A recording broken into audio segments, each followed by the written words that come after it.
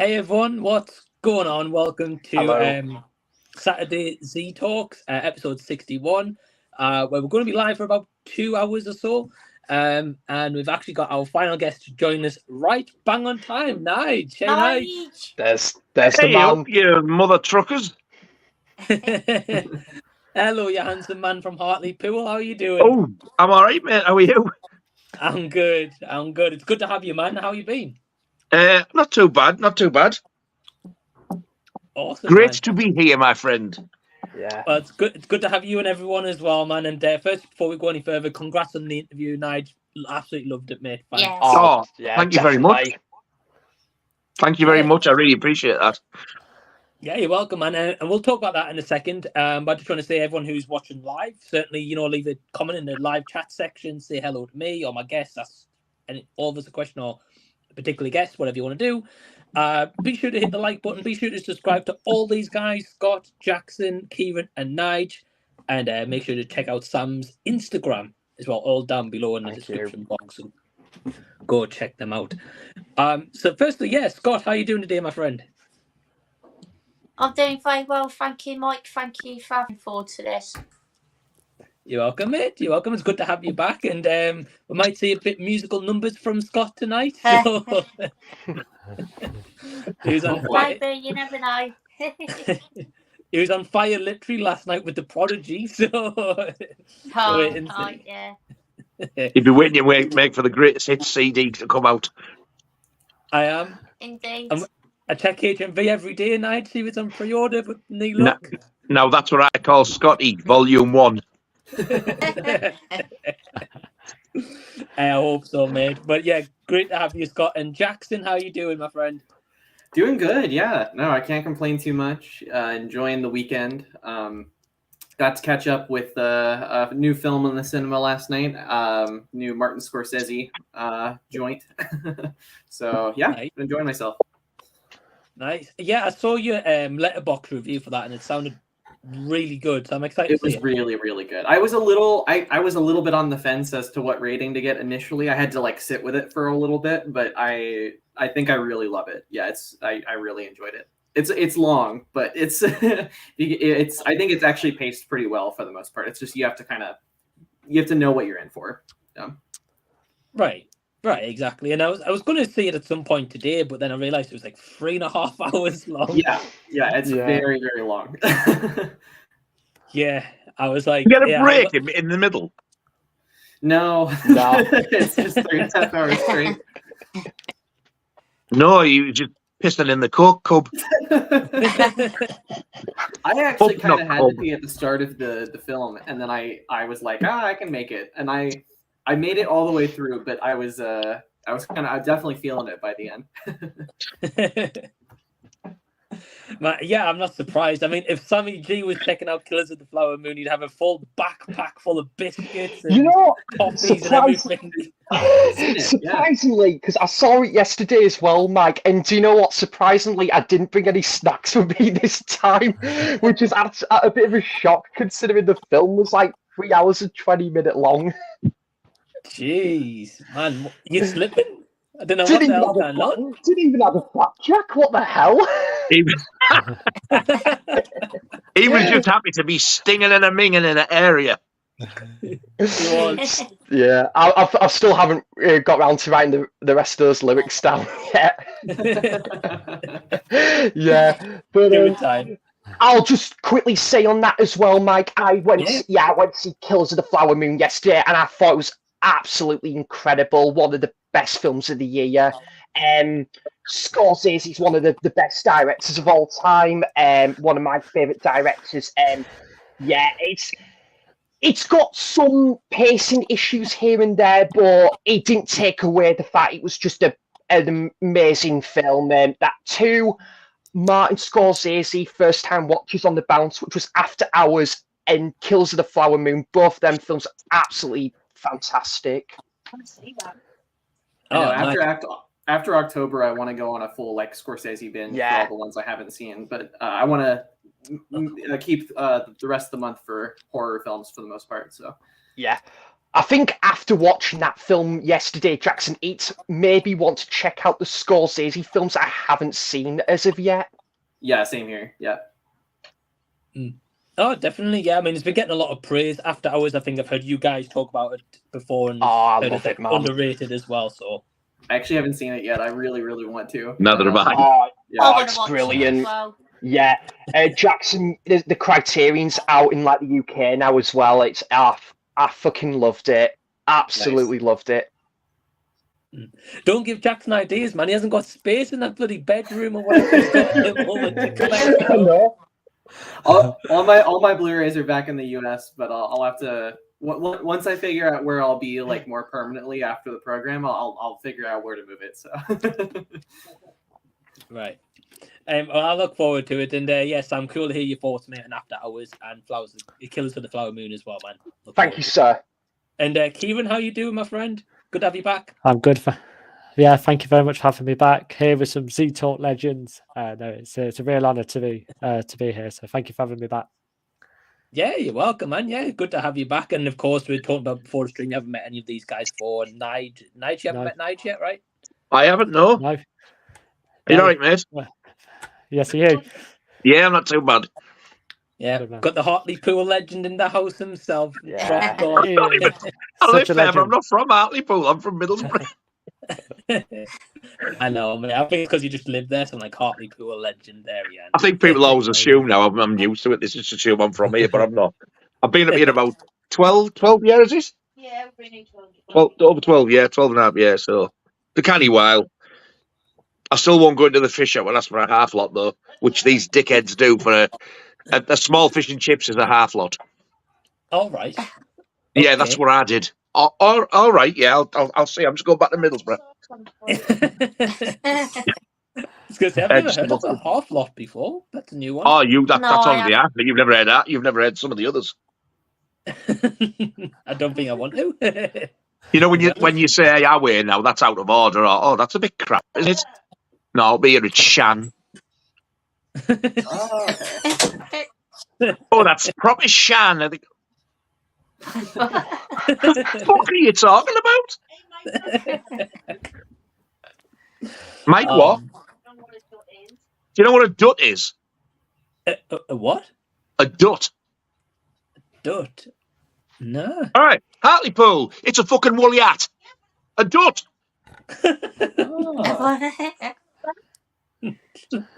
What like a the beanie hell? or like I swear to God, I think it's probably easier learning German.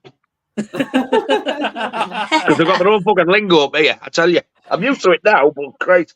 You don't ask for curry either, it's Kerry. Kerry and a Herry. Oh, bloody hell, nice. Glad And you wonder why I'm like the way I am. Yeah, man. I think you're the only normal one in Hartlepool. You and your missus. That's what I think I'm due another stint in fucking insane asylum. Mate, who knows? But man, it's good to have you, Nige. Have you got any other live streams planned? Not as yet. Well, that actually was a live stream that was recorded. I did ask him what he wanted to do, and that's how he wanted to do it. So technically, I've not done a live stream. That came on. We talked just for a couple of minutes, then did it because he said he had to be away. But then we were talking about half an hour afterwards, the three of us as well. So it was really nice. But as soon as the live bit finished, he stopped it and then he sent it to me. He recorded it for me. So helpful. Such a lovely couple. Yeah, they seem like really cool, and it was like good hearing from like indie filmmakers, like how they produce movies and practical effects. Because I know they said they don't really use CG if they can. No, they don't. If you get Book of Monsters, you'll see it's all, from what I can see. I don't remember any CGI. It's all practical effects. And there's like plenty of monsters in it. It's gory as hell, and it's funny as well. It is. But all of them, but especially Stuart works his bollocks off because he's the director. He sort of has to promote it all himself. He gets all the the Blu-ray stuff organised and stuff like that. Then he's got a tour all over the world, like promoting it, going to festivals and stuff. Then he's running the company Dark Rift Horror as well. I said to him, like, "Do you ever sleep?" He was like, "No." It's weird. Actually, he's obviously loving what he's doing. Right. That new one that's coming out is his third film. Mm-hmm. He had What Lies Beneath, which I've not seen, but I've just got it. You can only get that on DVD at the minute. Not What Lies Beneath. I always get that fucking wrong. It's The Creature Below. What Lies Beneath? That bastard. Michelle Pfeiffer. That's it. Okay. So if you bought that in Asda, that's one of his. Then he's done the Book of Monsters. Then you've got Out to Kill Monsters coming out like really soon. It's doing all the festivals. I think it's some of the horror ones as well. They've actually been nominated for some awards. Nice. I think Lindsay was. I think she's been nominated for Best Actress, and I think he's been nominated for Director, like in the horror sort of field and stuff, which is a fantastic achievement, really. Oh, 100%. Yeah, man. And after that interview, I watched the trailer for Book of Monsters, and I was like, wow, this looks really gory. I was like, have I not heard of this one? Yeah, you know? I know.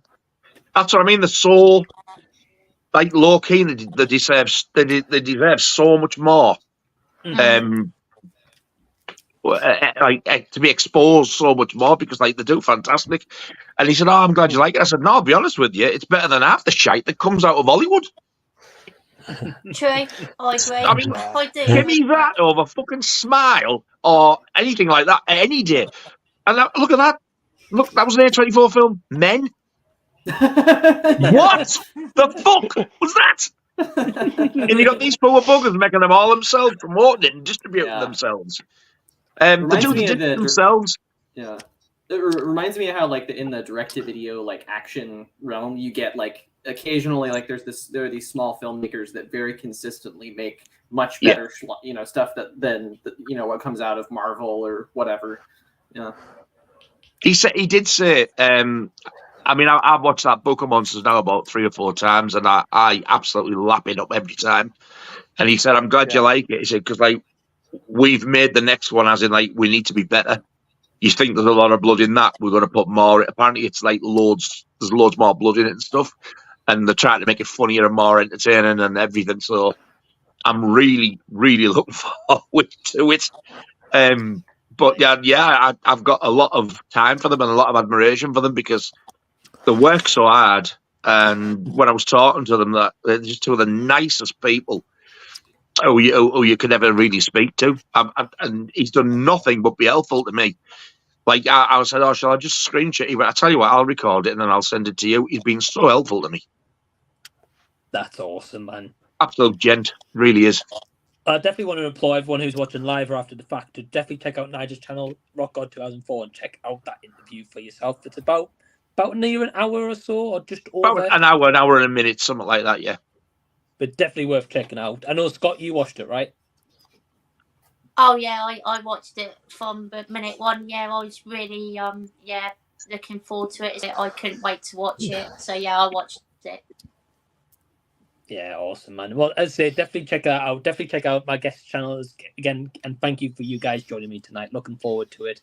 Thanks for having us, mate. Yeah. I was just going to say one more thing about it. Yeah. It's not very often I self-praise myself, ever. I don't. But I am so fucking proud of that interview, because I know I've done it all myself.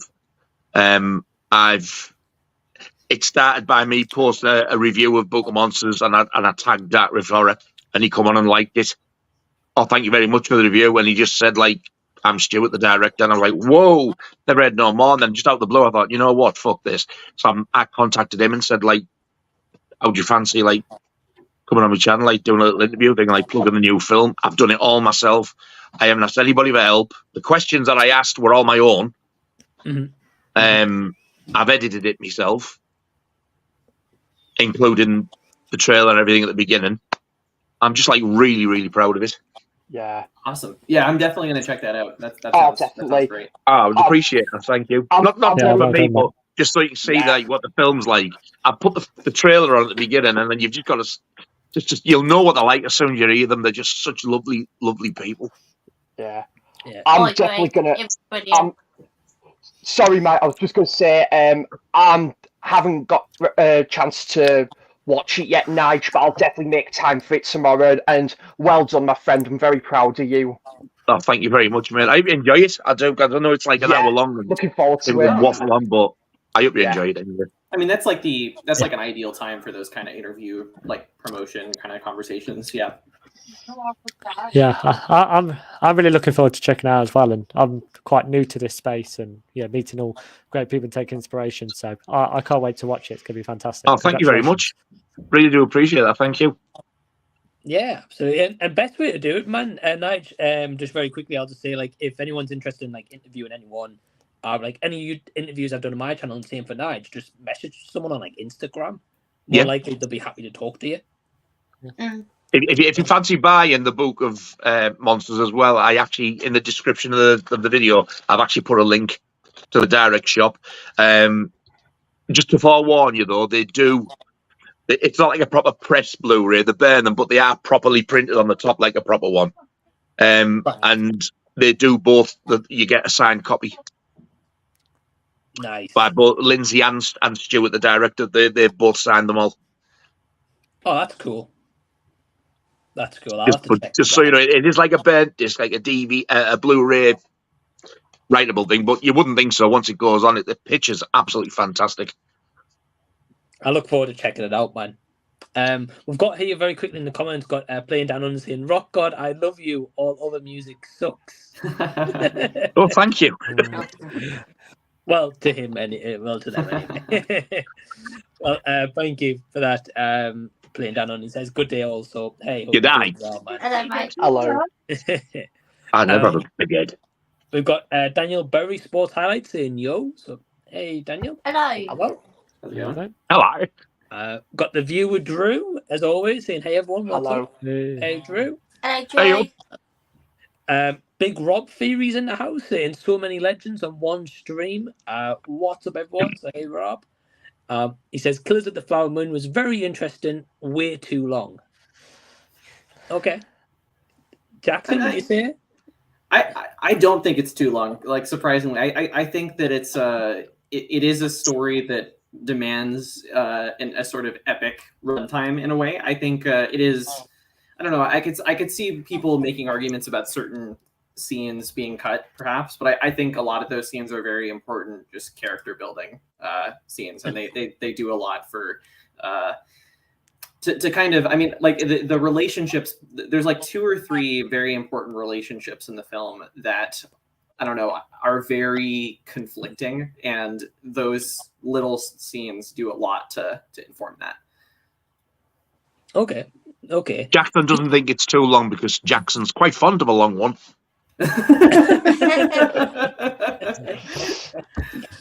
Jackson loves I long movie. walked right into that one. He does. I mean, Jackson, how many times did you go see Oppenheimer? I saw Oppenheimer 3 times. Wow. Oh, One long one's not enough for him. He likes a few. 9 hours of Oppenheimer, yeah. Nigel, are you gonna check out Killers of the Flower Moon? I want to see it. I bet you didn't know it was a good ventriloquist, did you?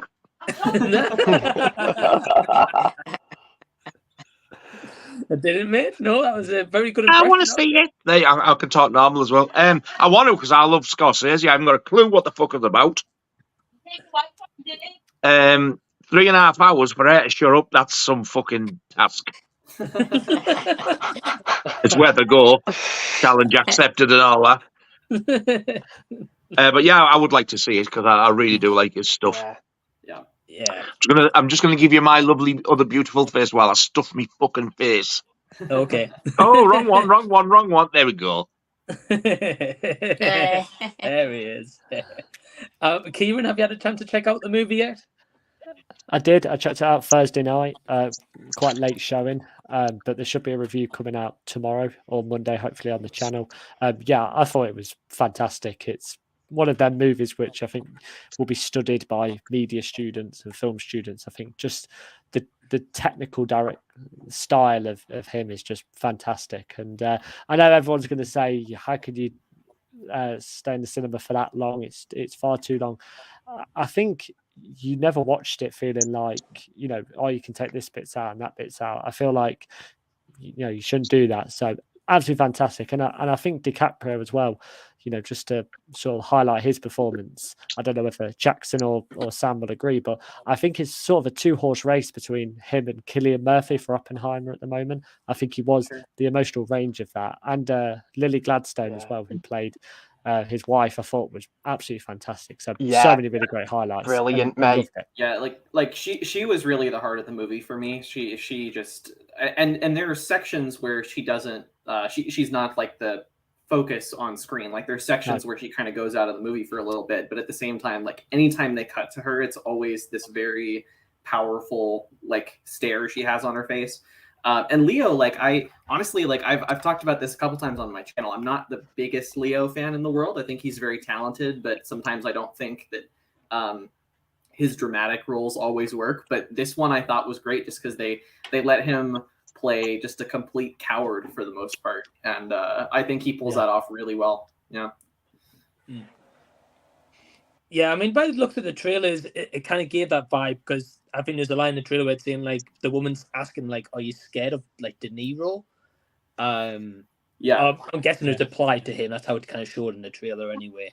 Yeah, and De Niro, like, really, it's one of his darkest performances, I think, which is crazy, because, I mean, obviously, Taxi Driver, King of Comedy, all this stuff, but, yeah, it's a very, very dark performance. Yeah, man. I'm excited to check it out. Scott, have you seen the movie yet? Haven't got around to watching it yet, no, but I do really want to watch it, to be fair, as I am a massive Scorsese fan and it has a brilliant cast, so yeah, I'm definitely going to watch it at some point. Yeah. I still haven't seen Taxi Driver. Never? Yeah. No. How criminal's Taxi that? Driver's great. It is. Yeah, absolutely love it. I saw the sequel to Taxi Driver, Joker, from a couple of years ago, which I heard is meant to be like very similar to that. Is that right? It's King of kind of a Comedy mix. as well. Yeah, it's a mix of Taxi Driver and King of Comedy. It takes a lot from as well. Yeah. Get you. No, I get that. So I definitely want to check out Taxi Driver. So it's me and Nige as well, who haven't seen that. But yeah, I'll definitely be interested to see like how long the movie is, and if it feels too long or anything either. Yeah, it looks awesome though. Big Rob Reviews is saying Scorsese really captured the essence of the Osage. I don't know. Osage, I think. Osage. Okay. Yeah. Thank you. Tribe, and the cinematography was immaculate. Oh, it was. It's stunning, mate. Yeah. And they actually got the because initially when they were developing the script, it was going to be a little bit of a different movie. It was going to be more of like a detective trying to solve the murders. But then when they started connecting with the Osage tribe and visited them on the reservation, they realized that it needed to be a very different film. And the Osage had a lot of role into sort of not rewriting the script, but kind of like reimagining where it could go. Yeah. That's really cool. And also, I just want to say about the tribe as well. Like it was sort of a celebration and a tragedy of this tribe, and you really see the trials and tribulations that people have to go through. So I did American West for history, so it like touched on them few ideas a little bit, and I thought that was like really interesting. That such a real powerful representation of the tribe, but not celebrating it when it needed to be, but really seeing the emotion behind it. So yeah, I definitely think the essence was brilliantly captured, as Rob said. Yeah, definitely. And I think I heard somewhere that the Osage tribe got to see the movie as well, separately, and I think they give feedback to Scorsese about like how it was done or what they didn't like about it either. Which I thought was cool. I think so for the most part. I think again, a lot of it was at least the in development. I'm not sure if they needed to do reshoots or anything like that because of what they said, but they had quite a bit of a role in it. Yeah. Yeah, that's awesome. Sam, I was going to ask you as well. So Jackson was saying he didn't think the movie was too long. What's your thoughts on that? Now, I've kind of sort of just scratching like the surface a little bit with that kind of sort of like sitting on it a little while. Now, I did think it could have been trimmed down by half an hour, in my opinion, but I think, to be honest, Mike, I have to really tip my hat off to Scorsese of how much he put into that runtime, and yet it was so engaging and so captivating, and it was quite. I mean, don't get me wrong, there was some really brutal moments in there as well that really had a bit of a tug at the heartstrings. Definitely, not going into spoiler like territory there, but yeah, and you know, you definitely get to see obviously.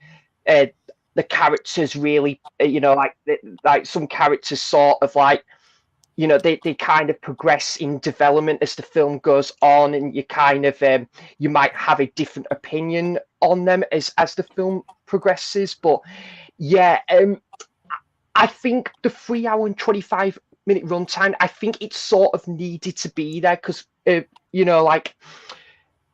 Scorsese was just sort of like capturing and sort of like giving you that full insight to the obviously these real life events of the Osage tribe of nation of the 1920s, which I didn't really know too much about going into this film. So, but yeah, it really was like Scorsese just knows how to bring these powerhouse actors together and just give some absolutely sensational performance. Like when you've got two incredible actors like De Niro and DiCaprio at the forefront, it's just that their performances were just like lightning in a bottle, really.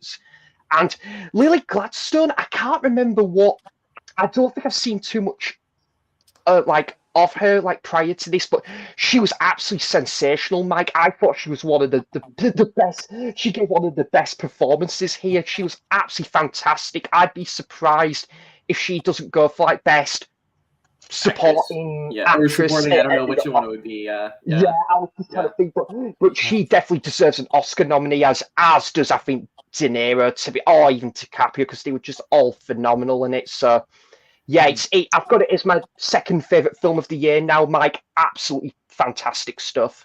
And I probably would maybe like it more on rewatch because obviously it might be at home, but I do not regret seeing it at the cinema because it especially for like the cinematography and obviously, you know, like leading towards the end of the year and sort of like compressing my favourite films of the year. Yeah, I'm so pleased I got to see this at the cinema, and because I'm a big Scorsese fan as well. Yeah, awesome stuff, mate. Cool hearing your thoughts about it as well. Your number one movie of the year, is it The Flash at the moment? Oh, I love that one. That was good timing, Mike. That was really good. Oh man, no, it's definitely not. Although I have seen worse, Mike, but you know, I'd rather put up with that again over Rise of Skywalker. But you know, my number one favorite film of the year is technically, on a technical level, Killers of the Flower Moon is the better movie on a technical level, but the one I'm going to go back to more, I'm going to have to go with John Wick 4 so far, folks. I absolutely love that film. I've seen it twice. No doubt I'll try and watch it a third time before the year is up. Yeah, I know there's maybe on a technically better films that's came out this year. I kind of understand that, but I think just absolutely fell in love with that and the franchise as well. So yeah, I love it too. It's so good. Fantastic. I've still got to watch. I've still got to watch. What? I'll say that I've still got to watch. What is it? No, you're going to watch John 4 and the rest of the what? Just a couple of the other films that came out. You didn't say that. You said the F word. Do you mean the series? Oh no, I watched the series. It was a series I fell in love with that this year. I saw it. You said fucking franchise. Oh, did I? Oh, film series, Nige. I'm going to watch all 4 films in the McDonald's franchise. Oh, fucking franchise. Sorry, mate. Man. It's all good. It's all good, man. Well, cool to hear your thoughts on it, mate. Very quickly, got playing down under saying Jackson looks like Liam Hemsworth. Oh, that's a compliment. That's a Yeah. great Who the compliment. fuck is Liam Hemsworth? Chris Does he know who Hemsworth's Jackson brother, is? it? Well, he was in like the Hunger Games and like I'm trying to remember what else. That's probably why I don't know who he is. Chris He's in some other Hemsworth's brother. God, you watch him shite. Oh, you do. Fuck me. I don't Oh, mind. my I God. don't mind the first two Hunger Games movies. Even the third one's all right. But yeah. There you go. I rest my case. Are you going to see the new one, Jackson? No, I don't think so. I don't think it looks Neither am I. He's not that fucking keen. Do you not know Chris Hemsworth, Nige? Who? Or not? Chris Hemsworth. That's Chris Hemsworth's brother, Liam Hemsworth. Chris Hemsworth? No, I can't think. Well, He's I guess in, he plays the main character in Rush. Oh yeah.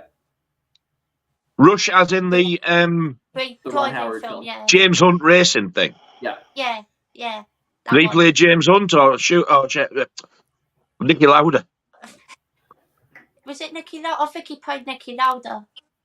The blonde one. I'm pretty sure it was Nicky Lauda. Yeah. The blonde one. No, he played James Hunt, and then I was going to say the blonde Daniel- one's James Hunt. Yeah, no, it was, yeah. Oh, Yeah, Hemsworth. blonde one's James Hunt. Yeah. Oh, Yeah. okay. James Hunt. He's a right car racer. I was going to say Hemsworth must have dyed his hair for that movie night because it's usually blonde all the time. Usually. Yeah. That is such a good film, that, unusually for me. I really enjoyed it. Yeah, I enjoyed that as well, mate, I to be did fair. like it. I haven't seen Been a it yet. while I've always since I wanted watched to, it, though. but I did enjoy it. That's pretty good, Mike. I'd recommend Really, it. really good. Very well acted. Yeah. All you guys think I mean, about it. Check it out. I say Ron Howard directed it as well, so It is. Yeah. great director as Yeah. well. So yeah, a fantastic film. Always recommend it. Was Ron Howard the one who did Moonfall last year? No, that's Roland Emmerich. No, Oh, okay. I'm glad Yeah. it's not him because that movie was crap. It was so Yes, it was. bad. Ron I could Howard not was the believe one how who did bad that masterpiece, the Grinch. it was. True. Oh, the Jim Carrey one? Yes. Yeah. Not Yes. seen it. Not seen it. Oh, holy shit! It's, Yeah, it's something. I've Yeah, heard. it is, yeah. I've heard. There are defenders of that movie. Actually, my fiance actually really likes it. But I do, yeah, but I like the original animated one far better. It's so good. Oh, It's- yeah, me it's- too. I don't know. The original animated, it's just the perfect. I don't know. I Yeah. watch it every Christmas. Like, I don't know. I said, I'm gonna have to check. I'll check it out this Christmas anyway because I've always wanted to see what it's about. So, Play Down Under saying Rush is in his top 5. It's cool. Like of all time. Top 5 Or, films. Wow. Guessing so. Cool. Winslow's commenting about Killers of the Flower Moon saying Fraser was iffy. I saw someone compare him to the Kool-Aid man. I actually can see why. That's funny. I don't think he was. I think he was just very minimal. Like he has a very like they put him in the trailer for Well. a bit. Like you think he's gonna have more of a role in the movie. He's like barely. in Mike it, but Babb, he's- it's hard to sort of review him based on his performance because he's not in it that much. So it's Yeah, but he's got, that like, is quite 2 funny about the scenes. Kool-Aid man. Yeah, Yeah. that is funny about the Kool-Aid man though. That is a great comparison. I'm excited to see that, man. Winslow with the wave as well. Hey, Winslow. Hello. Well, Hello, Winslow. got Kirsty saying, "Hey, Mike, and hey, everyone. Hey, Kirsty. Hope you're doing well." Hey, Hello, Kirsty. Kirsty. Right, we've got my brother here. He's got another weird question. Oh, fuck, here we go. Not the part of the face. Get the one, we've beer got out, lads. another one. I get you and fucking brace yourself for this one. Here we go. He says, "Evening, guys. Can't stay long at work." He says, "Well, if you could be a pair of underwear for the day, who would you want to be worn by?" and Playing Down Unders responded, "Brian Adams."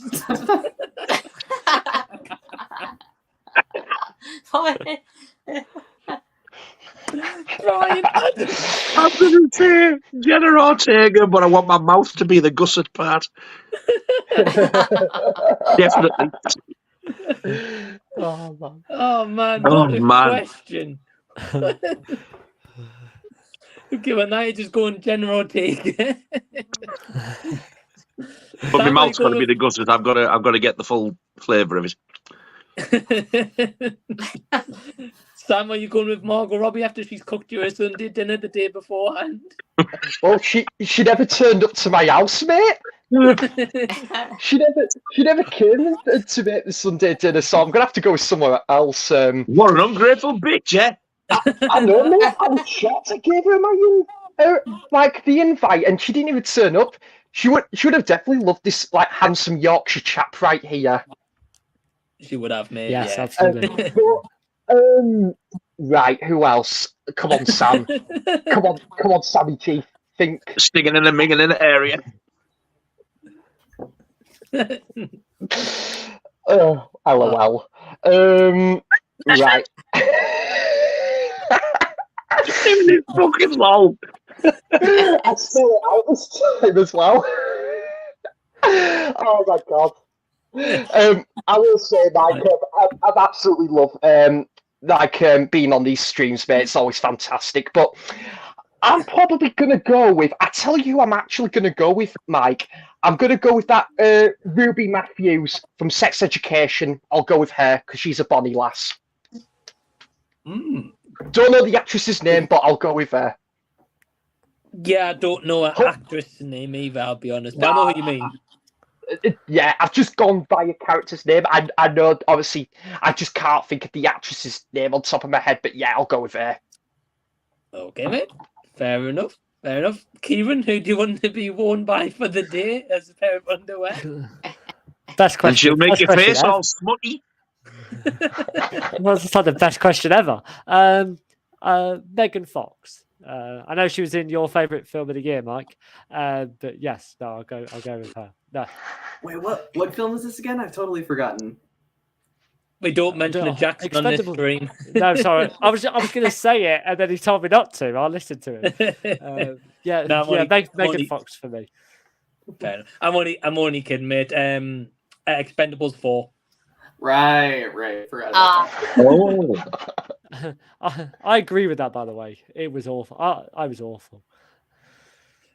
Yeah, have any of you guys seen that movie, by the way? I've not seen any of them, Mike. I've not seen any of it. Even the first one looks terrible. If I'm being honest, like it just like I don't understand. Like I like the concept of it, of like the kind of older action stars coming back, but just the style of it is so like digital and modern CGI looking. I don't know. Yeah, man, it kind of is, and it's like you'd think with like an action movie premise of being old, big actors coming together and kind of banding together. Those movies are kind of mediocre, at least I think so. Anyway. Yeah. They're not as good as like say like a Rocky or a Rambo. Those kind of movies you want to go back to all the time and watch. Exactly. Like you would think they would do like a throwback to the style of those movies, like the practical effects, the explosions, all this kind of stuff. But no, it's just I don't know. It seems like a very it seems like they have like a lower budget production style or something like that. Because I've seen clips from them and they just don't look very good. So yeah. I mean, especially this fourth one, like it's so distant from the original goal, of like bringing all these like great action stars together, and it was just it was painful. And the green screen as well was just like so obvious. We didn't have many people in our cinema screening, and I think 2 people did walk out, and I just thought I'll stay, but just to see big explosions. But no, not great, not good at all. It's just like with this new Expendables, it's like they think, oh yeah, let's bring action stars together. So they bring Megan Fox and 50 Cent together. I don't know who considers them big action stars. Just read the question again, it made me titter. What goes on in his mind? I love him. He's mint. I didn't want to know. I'll be honest. He's me brother. I didn't want to know. Hey, fuck. If you could be a pair of underwear, who would you like to wear you for the day? Can you imagine somebody coming out with that in a serious interview? They're like, What the fuck? This is really what separates Tyranny! YouTube from like I don't know, like other mainstream entertainment. It's questions like this. Getting questions Yeah. like this. I mean, playing down under saying there, I just said Brian Adams because of his song, I Want to Be Your Underwear. Oh, man. Well, Jackson, who are you going with, my friend? Probably Eva Green. I'm a big fan of Eva Green just in general. Ooh. Going back to Casino Royale and everything she's been in. She's awesome. Very good pick. Scott? I'm going to go with Anya Taylor-Joy. She's incredible. Yeah, just awesome person. And yeah, quite attractive as well. She is. I know Pete, if he was watching, he'd be approving of that right now. He'd be ripping said Inwards, underwear yes, off your inwards. head. He would. So you'd have to take a big sniff before he got them off. Bloody Pete, man. Well, I hope Pete's doing well wherever he is. Yeah, I'm going to go with Anne Hathaway, but as Catwoman on the Dark Knight Rises set, I think, on that day. Love Anne Hathaway. Got a huge crush on her. Joe's trying to say here, these questions are timid to what I normally ask. Don't know how explicit Mike wants the stream to be. Exceptionally, fucking ignore him. Give it to us. They tend to deteriorate as they go on. Like they just get much more incoherent and unhinged. So. Oh, it definitely gets unhinged. Yeah. Playing Down Under agrees with you, Scott. He's in a great pick, I'm guessing. And yeah, caught up to the questions for now. So yeah, what I'll say for now is, I know, right? Oh, hold on. Seriously, he's going to go with Emma Bunton. I probably would have said that in the 90s, actually, you know. Not When a they bad were choice. because there's that many new people come out, you think, oh, she's better than her, and then, oh, she's not. That's the thing. And as more different ones come out, you think, oof, and then poor Emma gets pushed to the back. She's body last though, even now. I'd whiff them.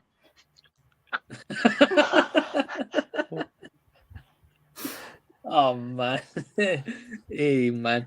Well, Nigel, I was going to ask you. I'll ask all you guys. Well, I know, like Jackson said, he last watched Killers of the Flower Moon. Same with Sam. I have watched one other movie since then, but Me too, Mike. Yeah. Okay, well, Jackson, do you want to go first, man? I watched literally like right before we got on the stream. I finished. I caught up with Last Voyage of the Demeter, came out a couple months ago. That Dracula on a boat movie. I actually liked it a lot more than I thought I would. Like I thought it just looked a bit generic when I saw the trailer, and it is, but it's actually like quite well done. Like it has. It's pretty gory. It's got some nice atmosphere to it at times. It's too long for what it is, but for what it was, like I kind of enjoyed it. Oh, that's awesome, mate. Yeah, I've heard mixed things about that one, so definitely intrigued to see it though. Yeah, I'd recommend at least giving it a go. Yeah, it's definitely gotten some mixed reception, but I don't know. I'm kind of sad that it bombed as hard as it did at the box office because I think they just released it at the wrong time because it came out like in August or something. It's like, why couldn't this have been an October release? Like, I don't know. Yeah, I would have thought it would have done better near the October Halloween time. Yeah. I guess maybe they didn't want to compete with like Saw X and Exorcist Believer or whatever, but I don't know. I think people would. I think it definitely would have done better than it did if they released it around now. I think so, yeah. Especially as it being like a horror movie in October. Yeah. Sam, what was the last movie you checked out? Well, because I kind of watched the last film I watched like in full swing, basically, in its entirety. I rewatched Carrie. Absolutely love that film. I love it. Love that film. It's fantastic, Nige. I really want to check out. Did you recommend to me, Nige, Carrie 2? Was that on the 101 or 88 label? One of them are releasing, but I got I think it's long out of print now. The one I got, it was a Scream Factory double bill, and you got the first remake of Carrie, which was made for TV, not the thingy. I can't remember her name. Is it Chloe Grace Moretz? It's not that Yeah. one. There was another remake before it. It's got that on it and Carrie 2, The Rage, and I've only put it on once. I think I might have fell asleep for the end, but from what I remember of it, it was actually quite enjoyable. Not a patch on Carrie, but I think it was better than what I thought, because I've heard mixed reviews. Some people really like it, and some said, "What a pile of crap!" It's not that bad. Amy Irvin's back in it. Yeah. Who plays Sue Snell, and is Steven Spielberg's ex-wife, I think. I don't think she's still married to him, but she was. Yeah. She's back in it. Because there's one in Carrie, I don't know if you'll agree with me, this one now. There's one that actually does look a bit like Dee Hepburn. Is it from Gregory's Girl? What's her name called again? It was obviously it's John Travolta's girlfriend in the film, I think. That's Nancy Allen. Okay, yeah. She's also in Dress to Kill. She's amazing in Dress to Kill. She is, yeah. It's a good film. She is Brian De Palma's ex-wife. She is. Yeah. Oh wow! I think that's why they work together, because she's in Carrie as well. Like she's. I think that's where he met her on the. I think he met her on the set of Carrie, and ended up wearing her underwear, like we've been asked to. De Palma's news. Yeah, just one of those cases of like I don't know, maybe like weird example, but like Darren Aronofsky and Jennifer Lawrence with Mother, like they were dating at the time, and she was kind of his muse for that film. Like it happens a lot, actually. Wow. Do you know, I've seen the cover of that Mother, and I've never seen it. And I had no idea until I read the cast that was Jennifer Lawrence on the front. It looks nothing like her. And then when I seen it, I was like, oh shit, yeah, it is. Yeah. Wait, you haven't watched the film yet, have you? No. Okay. It's very similar to Men, I think. Oh shit, no, I won't bother them. It can't be that messed up, surely. It's arguably more messed up, but in a different way. Is it ridiculous where I'll go, oh, fuck off? Or is it actually a realistic ending? The entire thing is more or less like an allegory. So it's really hard to like latch on to anything and like the literal story of it. So that was my big issue with it. I was like, I'm like, okay, I get this, but you're not actually. I don't really feel anything for the characters because they're not real. Like this is just an allegory you're doing. I'm so glad I didn't buy it because I nearly did. Is Javier Bardem in that as well? He is, and he's very good for what his performance. He's a great actor. So yeah, like he's playing God in a way, and Darren Aronofsky is kind of like seeing himself through him a little bit. It's a very interesting film, like metatextually. I just don't think it really works. I might have to go back and revisit it at some point. Right, listen, all you famous directors who are watching this, because I know you are. Stop making this fucking bullshit. I know we said give us something different instead of all the remakes, but did we say? I tell you what, piss us off with stuff we don't know what you're talking about and think you're all arty-farty when really you're just an ass. The end. Give us some normal shit. Said my piece. I was going to say, Nigel, if you didn't like Men, you won't like Mother. Hang on. I've just had an email off Martin Scorsese saying, "Oh, sorry, mate." It's worked. Well, Mike, you watched Black Swan the other day, so same director as Mother, right? I did. Mother. I would watch Mother right before Black Swan again, though. Oh, interesting. Okay. Oh, cool. I don't. Again, I know it was a hot take I said, but I thought Black Swan was just boring as any. Black Swan with thingy. Natalie Portman. Yeah. Now I've seen that. Now, she was great. Don't get me wrong. She was utterly fantastic. But especially the bit with Mila Kunis.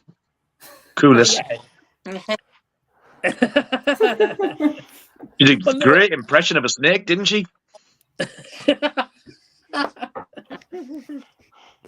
She did, mate, yeah. Filthy beasts. Didn't even offer me to join in. They didn't, mate, no.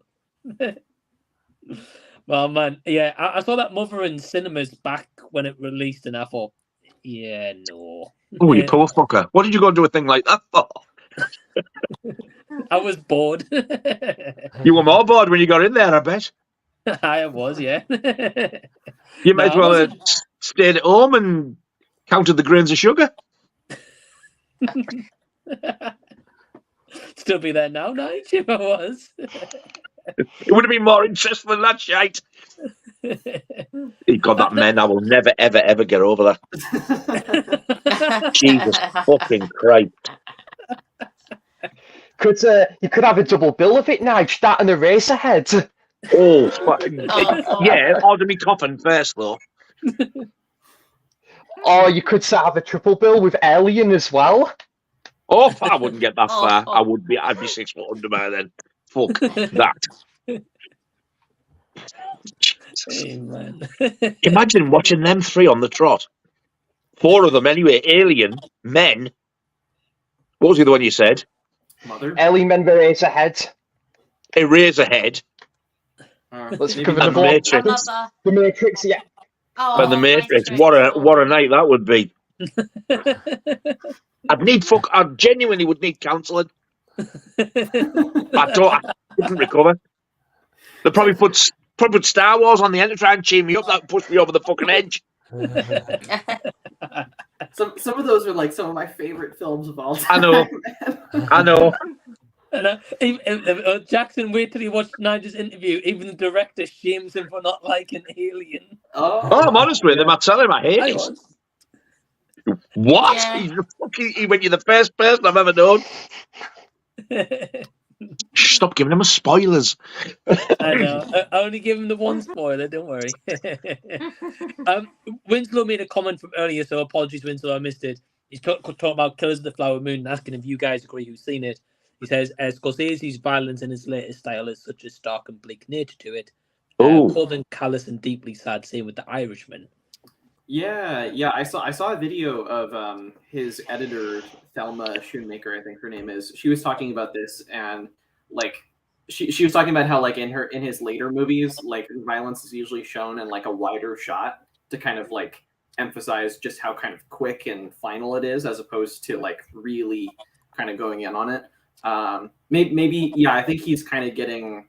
He clearly has like a different attitude towards it in an older age, but obviously his films still have it. Like Killers of the Flower Moon is very violent. It just shows it differently. Oh, Yeah. okay. Yeah. Okay. Would you like to know what the last film I watched was?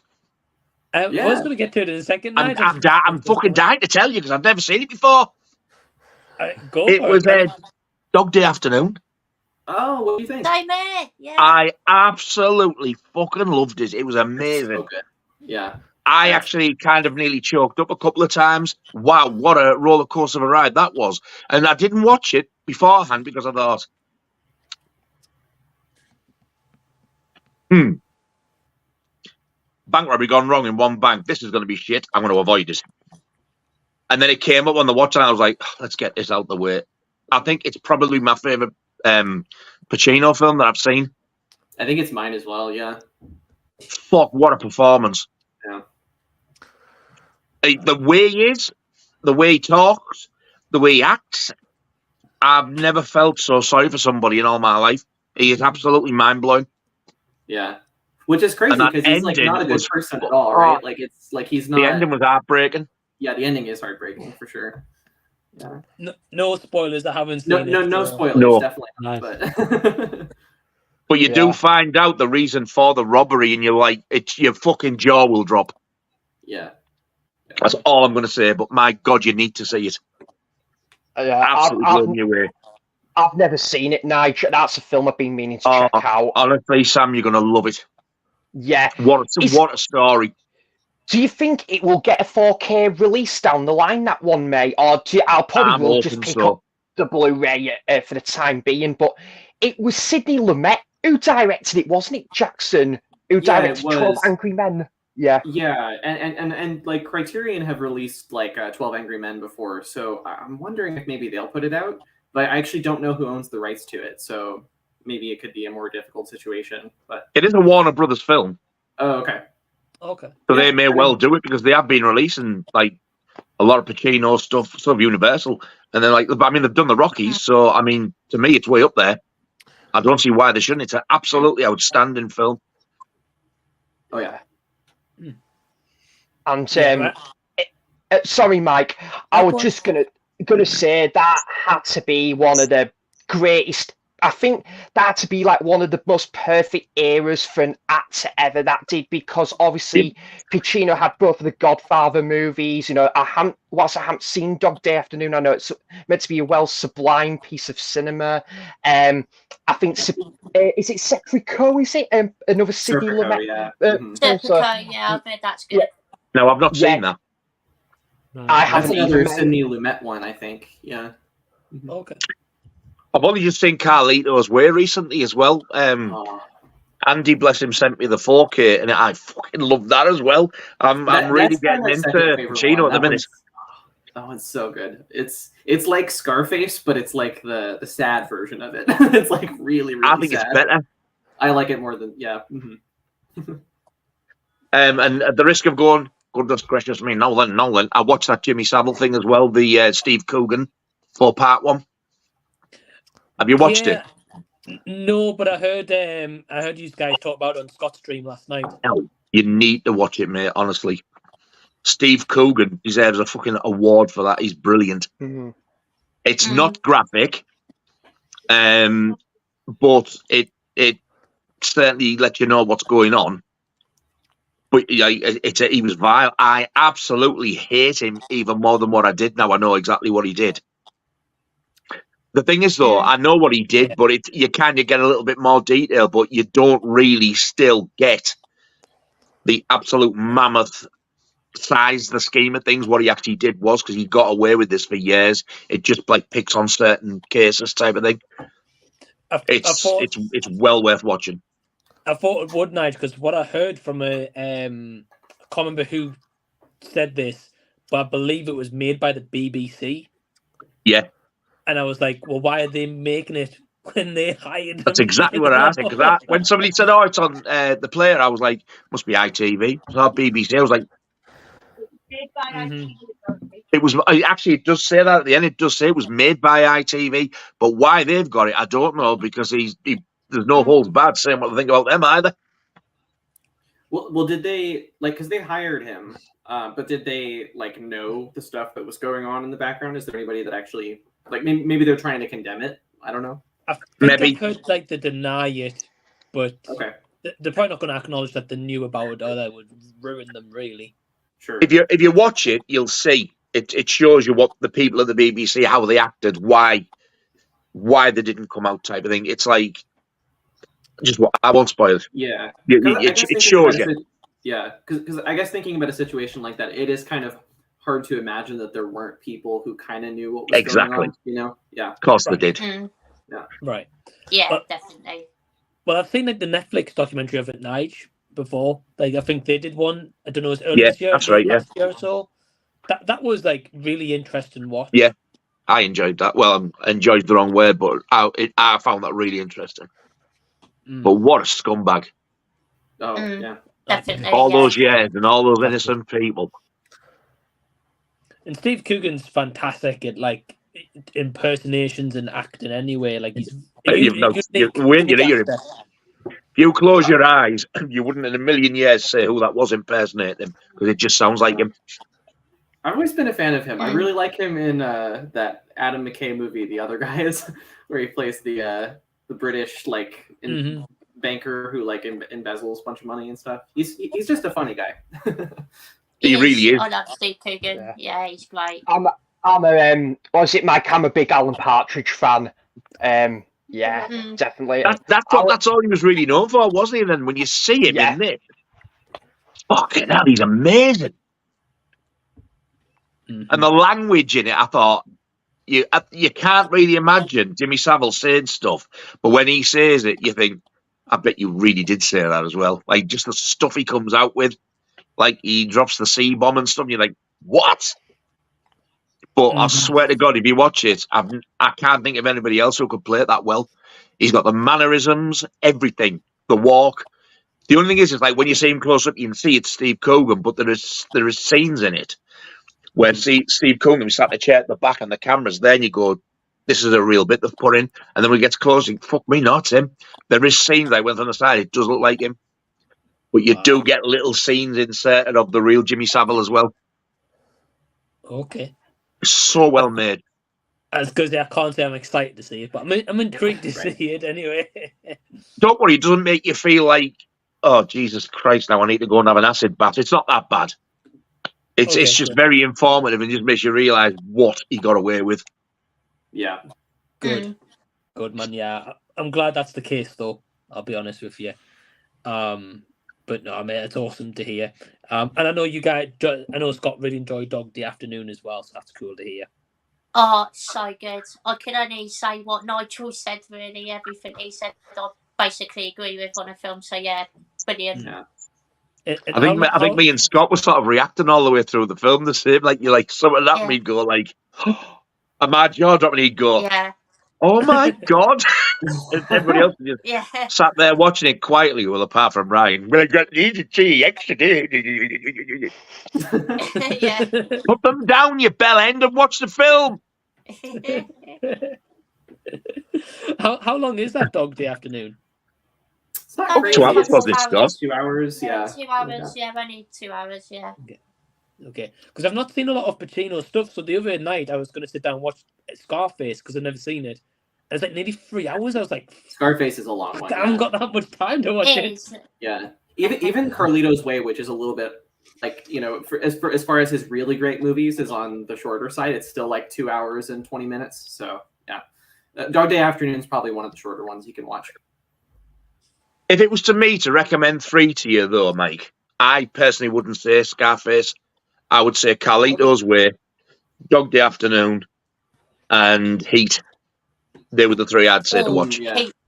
He's great. Yeah.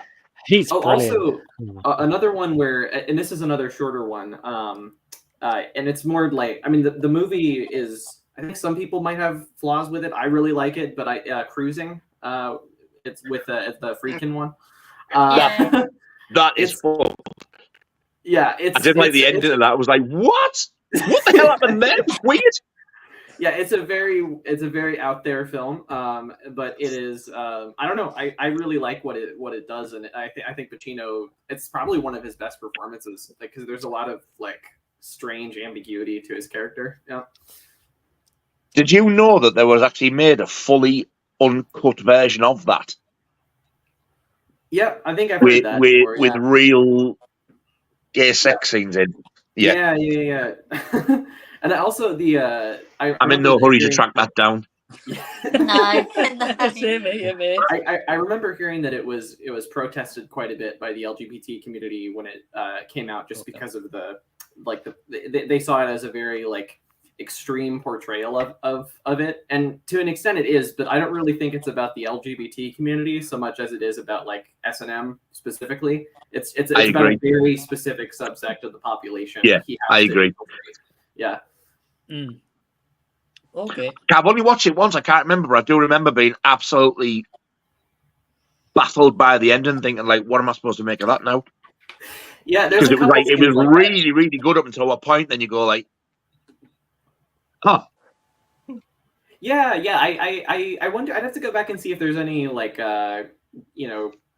disagreements Friedkin had with the studio or something. But the other scene that's like that is if you just go on, even if you've never seen the film, like if you go on YouTube and search "cruising interrogation scene," there's a moment like in that scene that happens where you're just like, what? And like you watch that like out of context on YouTube, you would just go like, what? But the thing is, if you watch the film like fully in context, it makes exactly the same amount of sense. Yeah, it doesn't make sense at all. It's just so weird. But yeah, I don't know. I still really like the film. I think what it's going for is really cool. If anybody's curious, Arrow released it. Yeah, and the Arrow edition is nice. It's a really Cruising, good yeah. I think I got it. I think I paid about £7 for it in HMV and got the slip with it. Oh, cool. And apparently the slip's like rocking. Oh shit! Now I was like, what? It was there for ages. Oh, I didn't even realise it was expensive. To be fair, I got it for quite cheap when I got it, but Oh, nice. I'm sure I got it in sale, $7.99, something like that. I thought, oh, I'll have that then, try that. Yeah. Because I was like really into the getting the Arrow stuff at the time, like because there were releasing like a lot of really good stuff. And I watched it. I was like, I was really enjoying it. And I was like, what the fuck? This ain't no ordinary detective story, is it? No, it's a little different. I'm definitely intrigued. I'm gonna have to go on. You think Friedkin was fucked up when he made The Exorcist? Wait till you watch this. Man, hey, Nigel, you've got me intrigued, man. I would love you to watch. Hey, it's nowhere near as bad as Men. Don't worry, it's not that bad. Bring that film back around. Nothing is that bad. Nigel, when I was watching that movie Men in the cinema, I'd say like the first 2 acts, right? I was You like, seen wow. it at the cinema? I did. I did too. I saw it at the cinema. Yes, it's Yeah. So did Sam, Because yeah. I'm a big fan of his other films. The director, like he did Ex Machina and Annihilation, and I love those. But then I watched him and I was like, oh, he fell off a little bit. But Can you imagine him? It's such an awful, shitty film, and Jackson sat watching it and goes, "Oh, I'm at the screen going, you fucking made that shit." Oh, he's so polite. He is. Yes. Oh man, Nigel, I remember those. Oh well, that's different. Man, that scene though, like the first 2 acts, I was on board with the movie, like completely. I thought it was like quite interesting. That third act, I should have recorded like a hidden reaction, shouldn't I? Because I went absolutely apeshit. I think it started up my eyes going, "What the fuck?" And then it happens again. I was like, "Hang on."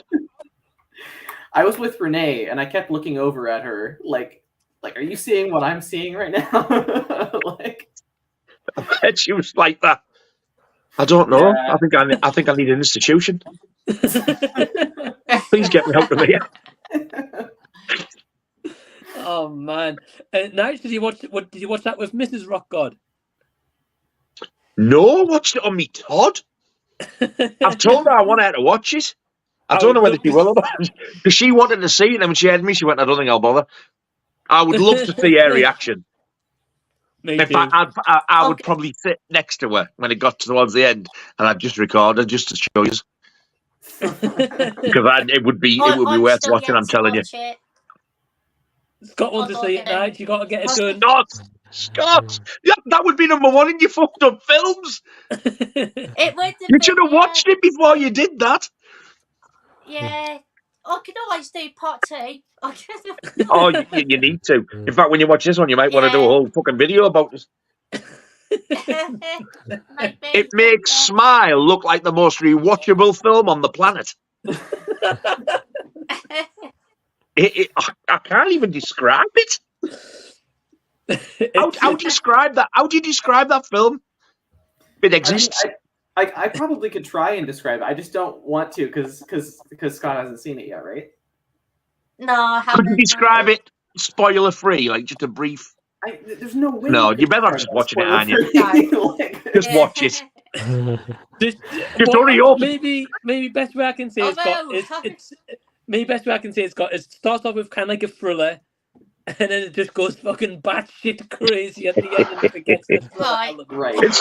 It starts off a thriller and it ends up not being. Right. Yeah. I'm gonna have one of my Home Alone faces on. I'm gonna be like. Yeah, I think you're going to be doing a Home Alone 2 faced with this one. Because the thing is, it starts off like incredibly over the top, and you're like, "What is this?" But then the thing is, it goes on for like 5 minutes. Like it's so long. But then it does start to get you, and you're thinking, "Oh, all right then, I'll go with it." And then somebody comes in, you go, "He looks familiar." Then somebody else comes in and goes, "Oh, he looks very familiar."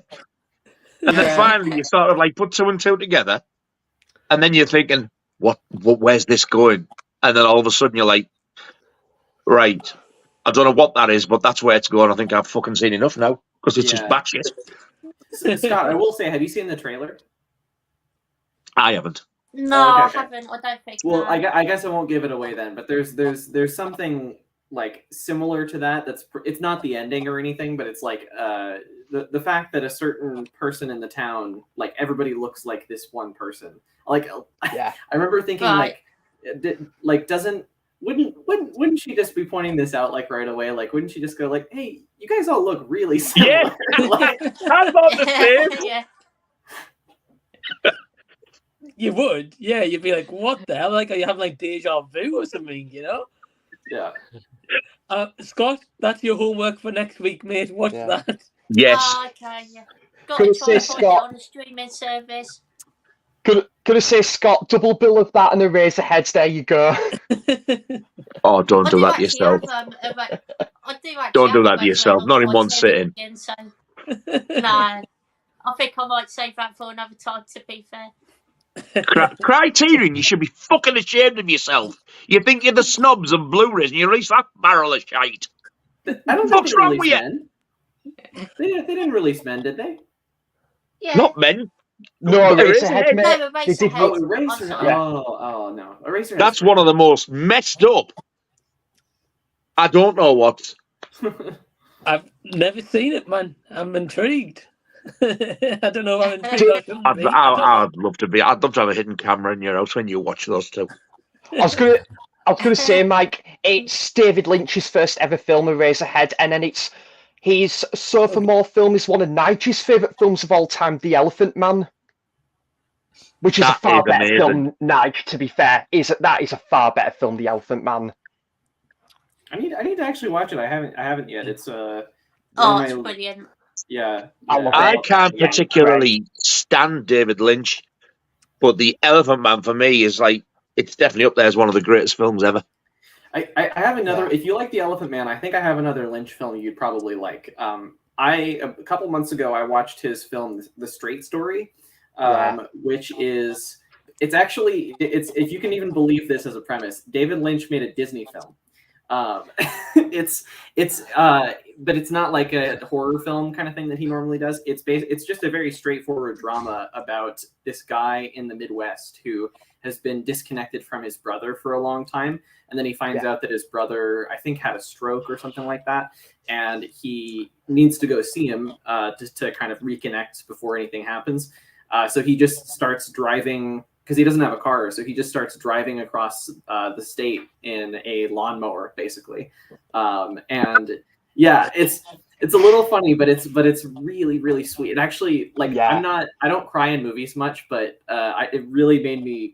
It made me tear up, and I just wanted to call my brother at the end and everything. So yeah, it's check that out. Wow, that's powerful. I did want to watch that, to be fair. It's really good. It is a great film, Jackson. I do love that.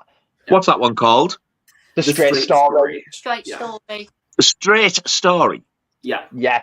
I think the guy. Because the guy's last name, his name is Straight. Like, I think that's his last name. Alan, isn't it his first name? I think. Alan Straight, something like that. Yeah. Yeah. It's like I think it's like a biopic. I think that is based off a true story. It is based on a true story. Yeah. Wow. So The Elephant Man. Yeah. Yeah. Have you heard of that one, Mike? The Straight Story. Nah, but I'm intrigued. Like, how the hell do you ride a lawnmower? The Lawnmower Man. And that's part of the film. It keeps like breaking down, and locals have to help him. And then the locals are always like, "What are you doing?" Like, we're just driving across the entire state in a lawnmower. But wow. I must admit, though, the pilot episode of Twin Peaks is absolute fucking genius. I love it. Yeah. I saw that when it was broadcast for the first time on BBC in the 90s, and when it ended, like I was with my ex, my eldest was only a baby, and we were like, yeah. And this is when you had to wait another week for the next episode. We were like, oh no. And then from the second episode, it was like, well, it wasn't quite as good, but my God, I can't wait for the next one. And then it just went weird. I do like Twin Peaks, but my God, there was no need for the weirdness because that pilot episode. Oof. I've still only seen the pilot. I need to, just because I'm not as into shows. I'm more of a movie guy, but I really do want to watch all of Twin Peaks, especially because I really want to watch Fire Walk with Me, the Twin Peaks movie, and I can't really do that until I've watched the show. So exactly, yeah.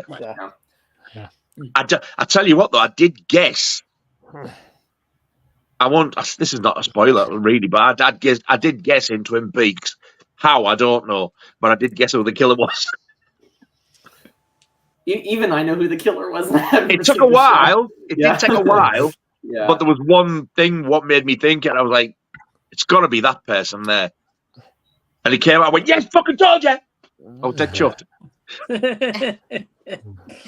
Yeah, when you can get the killer in like a who's done it or murder mystery, it's always satisfying. You're like, the thing is, it's no sort of it's no secret because really, I mean, the big slogan at the time was "Who killed Laura Palmer?" That was the thing that everybody was like saying. It was in magazines. It was, I'm sure there was a T-shirt out with it at one point. Because like when it came out, Twin Peaks was fucking huge. It was, yeah. And then the more weirder it got, I think it started to taper off. So for me, he spoiled it a bit. After he could have had one of the greatest television series of all time if he'd have kept it like that pilot. Mm. Don't get me wrong, though, it's still a great series, but it's just got some episodes where you think this is totally dragging it out and it's unnecessary. I was going to say, because I think it got cancelled in 91 with the second season, I think, Nige, and then they didn't reboot it till 2017, I think, which they called Twin Peaks: The Return. I tried to watch that, and I couldn't even get past the first episode because it was that messed up. The first episode, I stopped it, and then people have said to me, once you get past that, though, it gets good again. I was like, I couldn't get past it, though. I didn't even finish it. I was like, this is too fucking weird. I wasn't a big fan of The Return either, mate, to be fair.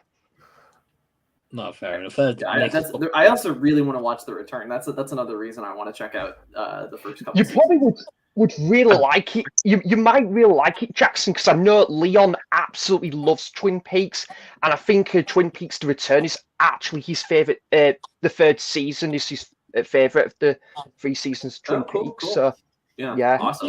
I'm pretty sure I do remember Fire Walk With Me as being pretty good, though.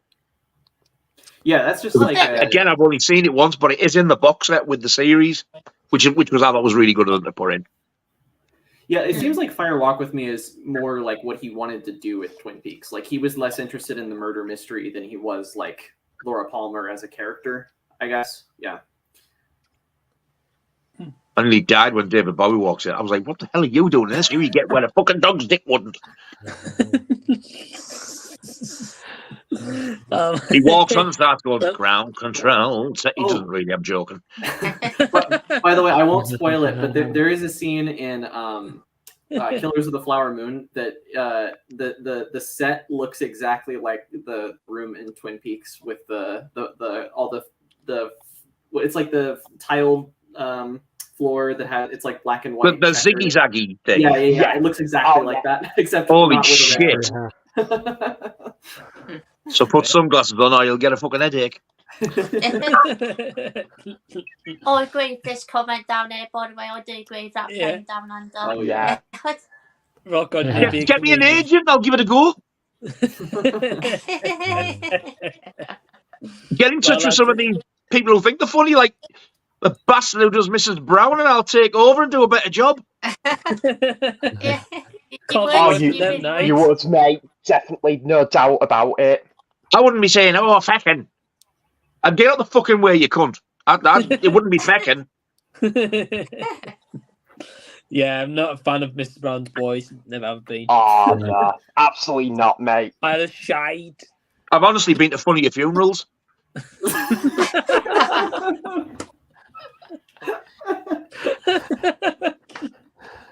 Isn't that would distract his face. Isn't the movie called like Mrs. Brown's Boys the movie, like with D apostrophe movie? Oh yeah, that is bad film. My youngest daughter used to like him, and she was. And bear in mind, I only met her when she was 16, and she said she went to see him and stuff. I was like, and she knows that I can't stand him. Yeah. So what did she get me for the first Christmas and birthday card that she got me? Bastard. Speaking of the devil, she's messaged me while we're on here as well. This is the first year she went to me, because I've been in touch with her now for 3 or 4 years, whatever. Wow, has it been that long? 3 or 4 years, and she said to me, I haven't got your Mrs. Brown's one this year, and I thought, I got a look on her face. I thought, you're lying, and she hadn't. I was so shocked. I haven't. I've got you a nice one. I thought your face said fucking otherwise. All right, then, don't believe me. She was telling the truth. She got me a nice novel card. She'll get you a men one next time. Yeah. I tell you what, I bet when it comes to Christmas, if I get one, she'll go back to Mrs. Brown's because she knows it pisses me off. Thankfully, she doesn't watch these. That's If you want to hear me say that, she'll go, all right, then, you fat bastard, I'll get you one. Hey, man, that's great. Oh, and we've got Mac Chatson now saying, now then. How are we on this Saturday night? Hey, Mac. Am I allowed to say that on your stream? Hello, mate. If you want to, mate, I don't mind. Now then. Guys and gals. Better than I've been banned from Scots and Pete, so I'm saying it. You haven't been banned from mine, just Pete. Yes, have you? A pair of pussies, the pair of you. Don't say that, it'll upset people. Fuck them! Shawaddy. Speaking of which, the greatest hits of Shawaddy. Waddy. Oh, bloody hell. No, I don't like them. Playing Down Under saying it's Sunday morning. Oh, No, it's only past fucking 9. Australia, yeah, sure. Must be in Australia, yeah. Forgot he was there. Yeah. Oh, and Playing Down Under with the super chat. Hey, thanks, man. Awesome. He says, I love you all. No, seriously, I do. Oh, that's Thank you. Well, Bless you, Cobber. Love you too, and I hope you're having a great Sunday morning, my friend. Hey, thanks very much. Really appreciate that. Very What a nice. star. Yeah, Thank definitely. you. Yes, indeed. Yeah. Definitely. Oh, hold on. We've got a comment from Minajul. Oh, here we go. Oh, here we fucking go. Are you going to say all these, or are you going to send them over to that daft bastard who likes to do them? Go on, Scott. All right, here we go then. Here he goes. Night! Scott! Mike! Sammy! Gene House! Jackson! Gina House. Anthony! Guy! Kieran! Hey, Thanks, I've been Scott. called worse. I'll take that. And a good evening to you, Haji Hoodie, Haji Hoo, Haji Hadawood How. Hey, Minajul. Hope you're well. Hello. Beautiful rendition. Thank you, Scott. No worries. Si Robson here. Evening all. Hey, Si. Hope you're well. Hiya. Hello, Si. Journey. Right, say. Winslow saying, what a great but short-lived career John Cazale had. I'm sure he did, but I have no idea who the fucker is. I recognise the name, but I can't remember what he's done. He's the guy in Dog Day Afternoon. He's like one of the like Is the, he like his the partner? Guy, the guy with the The big one with the forehead. gun? Yeah. The guy. I'm being like the guy with the guy with the big forehead, big fucking slap head. That's him. This comes from. I'm trying to be subtle. Yeah. Is it Cazale or Kazali or Kazal? I don't know.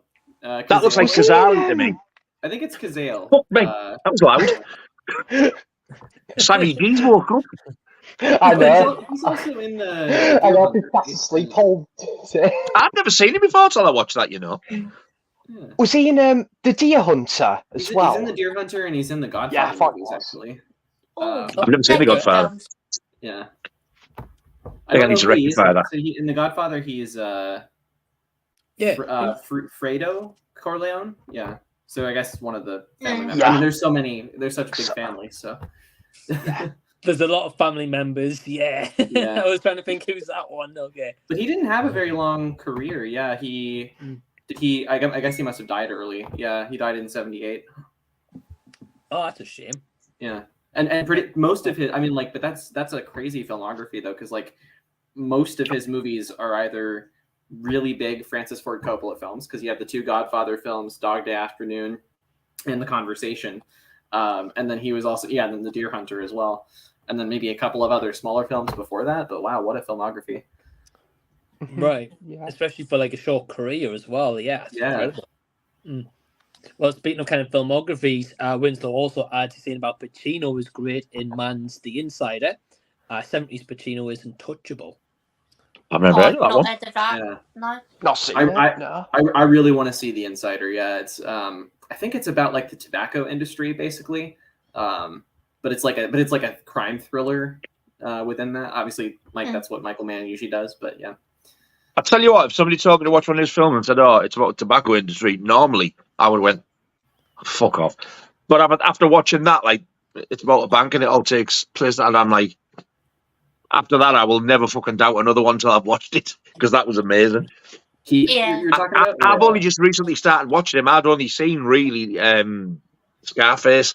I've only recently started watching more of his stuff, and I'm like really liking it. Oh, and Cruising, of course. Yeah. Oh, I thought you were talking about Michael Mann, but no, you're talking about Pacino. Yeah. Pacino, yeah. Well, and then Michael Mann did Heat, so if you like that, then definitely check it out. I know Nige loved Heat as well. Yeah, I haven't had a chance to see it yet. Yeah. Again, one of those where it's like 3 hours or nearly 3 hour movies, or maybe over that. And I was like, I think it's 170 minutes, so yeah, almost 3 hours. Yeah. Yeah, Yes. it is. It's a great film. Fantastic. It's so good. It is. Oh, I've heard, yeah. It's really good, Mike. Yeah. There was only one fault I had with Heat. Is it a spoiler? So I won't say. It was something to do with the big shootout on the street with all the police cars. Oh yeah. Was it the He sound effect? stood up, giving it rock all, Oh, okay. and doesn't get touched. Everybody else who's ducking, they get it. I was like, "What the hell is going on here?" Oh. Yeah. I won't spoil it either, but like with Val Kilmer or Oh, okay. Yeah. Okay. Sure. I can understand that. But apart from that, for me, wow, what a film! Yeah. I'm intrigued, man. Especially as you watched it at night and you had only seen it for the first time as well. I was like, yeah, I'm intrigued. It's just non-stop action, really. I think you'll love it, Mike. Yeah. There's this one. I love the soundtrack in Michael Mann movies, all of them, but especially Heat. There's one track on it called. It's very obscure. It's called like Blood Cloud Outro or something. But it's playing when like I think it's like after the main heist scene when they're like driving down the highway. It's so good. It's basically just like a really it's like a 1 minute long guitar riff, but it's amazing. Oh,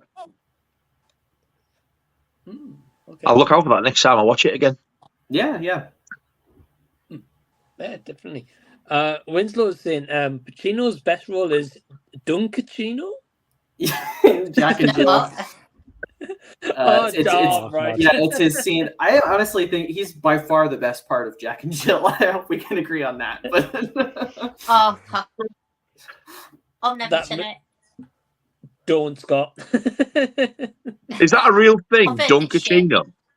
yeah, so like Al Pacino or Adam Sandler's character in that is like what is he, like an agent or a producer for commercials or something, and they're doing a commercial for Dunkin' Donuts, and yeah, they have Al Pacino do a musical number, Dunkachino. Oh my god! Nige, I swear, it's the best part of the movie. It's not even like everything else is way worse. Jesus wept. He must have needed a paycheck that day. They turned up on set. He can't ever need a paycheck, man. Never. The scene afterwards where they're discussing like it, and he just goes like, "Burn this!" Like it's actually a really good like comedic performance in that scene. It's just a shame the rest of the movie's utter crap. Oh, it's terrible. Awful. Oh, it's awful, man. Shite. Oh, right. It is. Didn't bother. Winslow saying the interrogation scene is baffling, but apparently is a real tactic. This is talking about cruising, yeah. Guessing so. I've heard that it's a real tactic, but it's still, just as a viewer, it's very baffling to watch for sure. Okay, I'm definitely intrigued. Yeah. How you guys described it. Sai saying for me, Serpico is my favorite Pacino performance. Cool. I need to see I do that. need to watch that. I really need to see that. It's one that's not really mentioned that much, so I keep forgetting about it. Yeah. I've I'll have to heard, check that out. I've heard people compare it to like Death Wish before, but I don't know if that's. wow. Oh, I want to see it even more now. About it. Yeah. Sounds like a play on Scorpio, which was the killer in Dirty Harry. Oh yeah. No, it's not quite like Death Wish. It's not like the same kind of vigilante thing, but it's somewhat it's like in that vein for sure. Yeah. Okay. Yeah, I've never really heard of Serpico, I'll be honest. It's a new one for me. Max comment about Steve Coogan, saying Steve Coogan's great. Anyone see him play Tony Wilson in 24-Hour Party People? And he's great at Dan and Ollie. Haven't seen that. Yeah, it's a good film. 24-Hour Party People is a really good film, to be fair. I really enjoyed that one. I agree, Scott. Dan and Ollie, Yeah. Never heard of this one. Kieran, have you? I've never watched 24-Hour Party People, but Stan and Ollie is a really nice film. There's some really nice moments in it. So yeah, no, Steve Coogan's a really, really funny and lively and lively guy. In Stan and Ollie as well, he's good in that. Was Stan and Ollie come out? Was released a couple of years ago? 2019, I think, mate. Yeah, 29. Yeah, right. I think I saw that. Then yeah, I enjoyed that one. Yeah, after Del Boy sent me the Oliver Laurel and Hardy box set, Pete said to me, "Have you seen Stan and Ollie?" After we were talking on a live stream afterwards, I went and read it. He said, "Oh, it's like sort of like a biopic of Laurel and Hardy." He said Steve Coogan's in it. I was like, "What?" So yeah, he plays Stan Laurel, and I've heard nothing but good things about it. Pete swears by it. He said it's fantastic. I do remember seeing it in the cinema night and really enjoying it. So, I mean, after seeing, I need to start and like move on a bit more with those Oliver and Hardy. I keep going to say Laurel and Hardy ones because I've watched. I think it's the first one or two discs. I need to watch them all. But after watching them and watching Steve Coogan as Jimmy Savile the other night, it's made me want to watch Stan and Ollie even more now. I would recommend it. Yeah, I think you'd enjoy it, Nige, especially if you like Laurel and Hardy, especially so. Oh, I love them. Yeah, I think you'll enjoy it. But yeah, no, cool. But your guys' experience, like Sam, Scott, you guys said 24-Hour Party People is pretty good. So yeah, very good. Yeah, I've never seen it. Max Chat's also asking, has anyone seen Pacino's Oscar win, Scent of a Woman? He's pretty great in that one. That's really good. I don't know if that last part's an impression of the movie, maybe. It is. I don't know. Yeah. Okay, I've never seen it. Is he a filthy beast in it? Kind of, but not. I mean, he's not like super vulgar, but he's in like a old man kind of way, I guess. But I'm not huge on the movie. Like I don't know. I feel like he's hamming it up a little bit for the performance. Like there are much better Pacino performances, and maybe that's why I'm bitter about the movie. But it's still solid. I have no idea what it's about, but I've heard people say like really good things about it. Yeah. I mean, I'm sure that Scent of a Woman isn't describing like what the question we got earlier on after we've wore some Ollie's underwear. I don't think it's that kind of Scent of a Woman. I don't think it'll be that. But I have no idea what it is about. So I'm intrigued because I have heard good things about it. Yeah, it's probably been like 10 years it's since I've been seen really it. good. Yeah. I think you got young Philip Seymour Hoffman in that as well, haven't you, Jackson? I think you're right. Forgot about that. Yeah.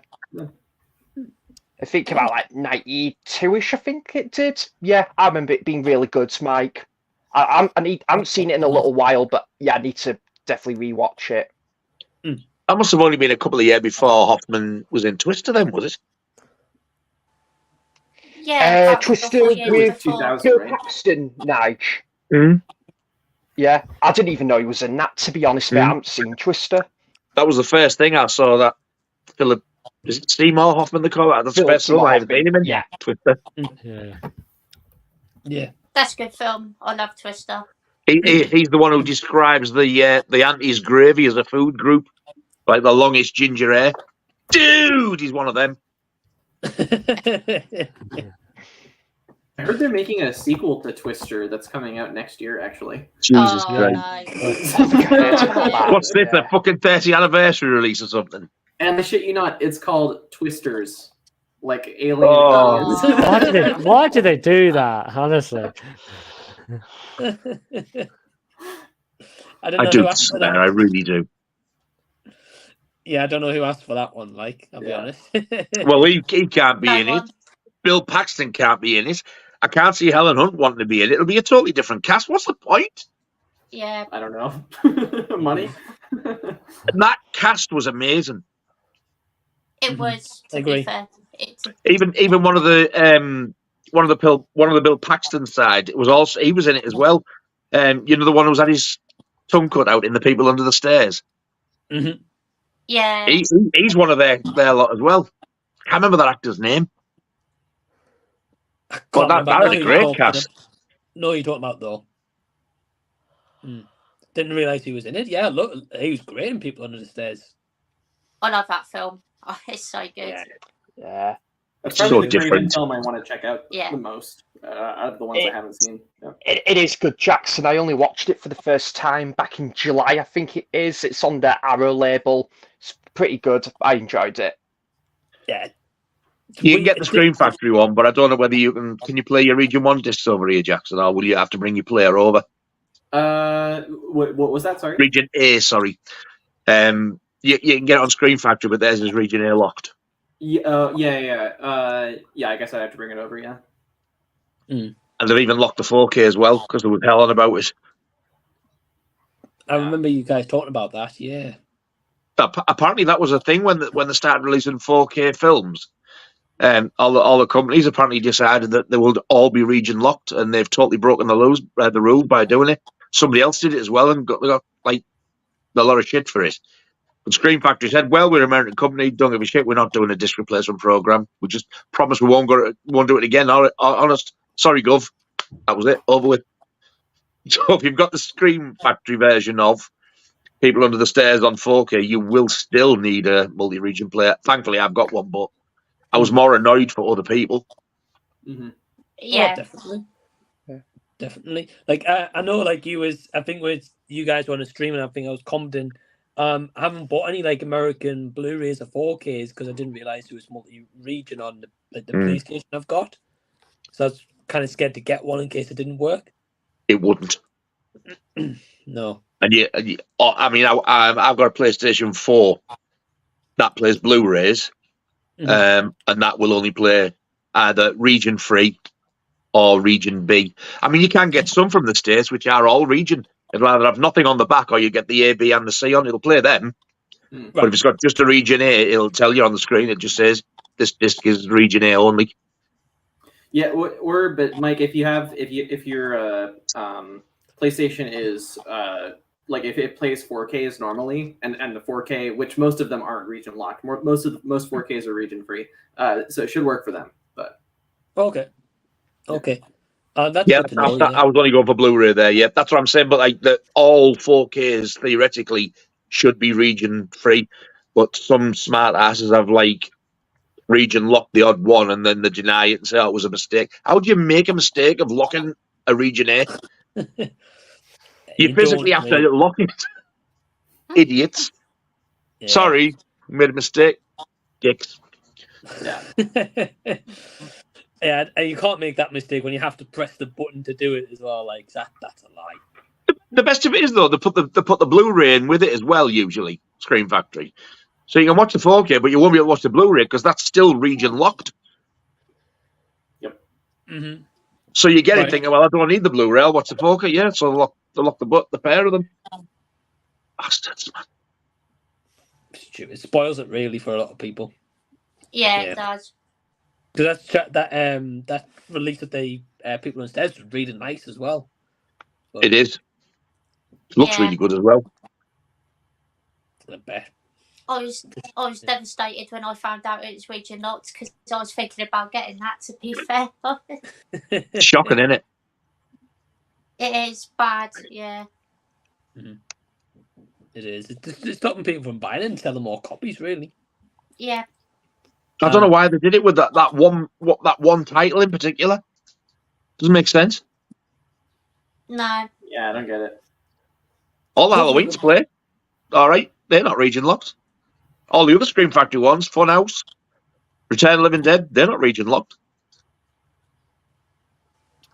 No, it's a shame. Return of the Living Dead, may I say, looks absolutely beautiful. They've done a fantastic job with that.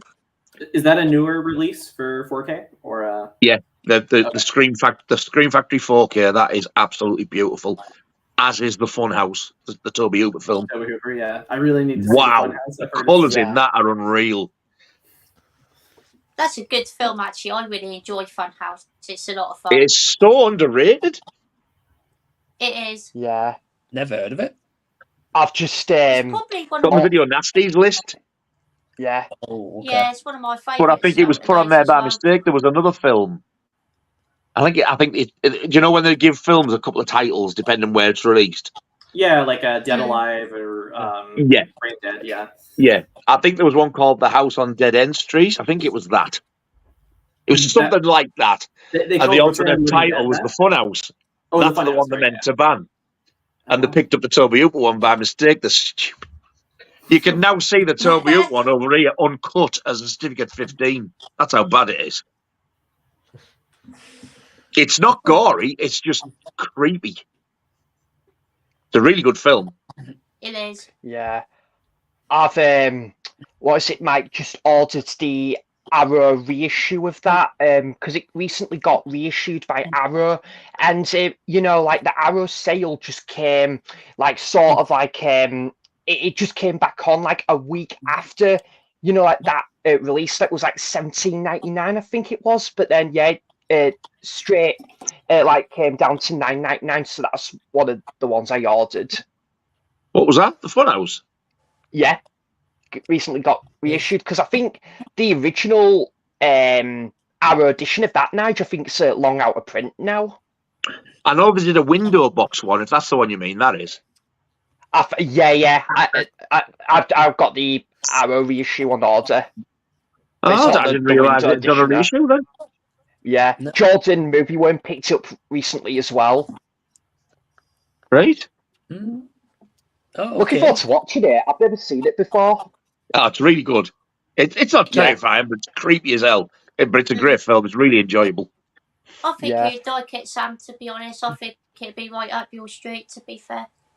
I did remember seeing the trailer, and it did look pretty like fun and campy. Yeah, I'm definitely intrigued by seeing it because I think the following year, Toby Hooper was it brought out Poltergeist in '82.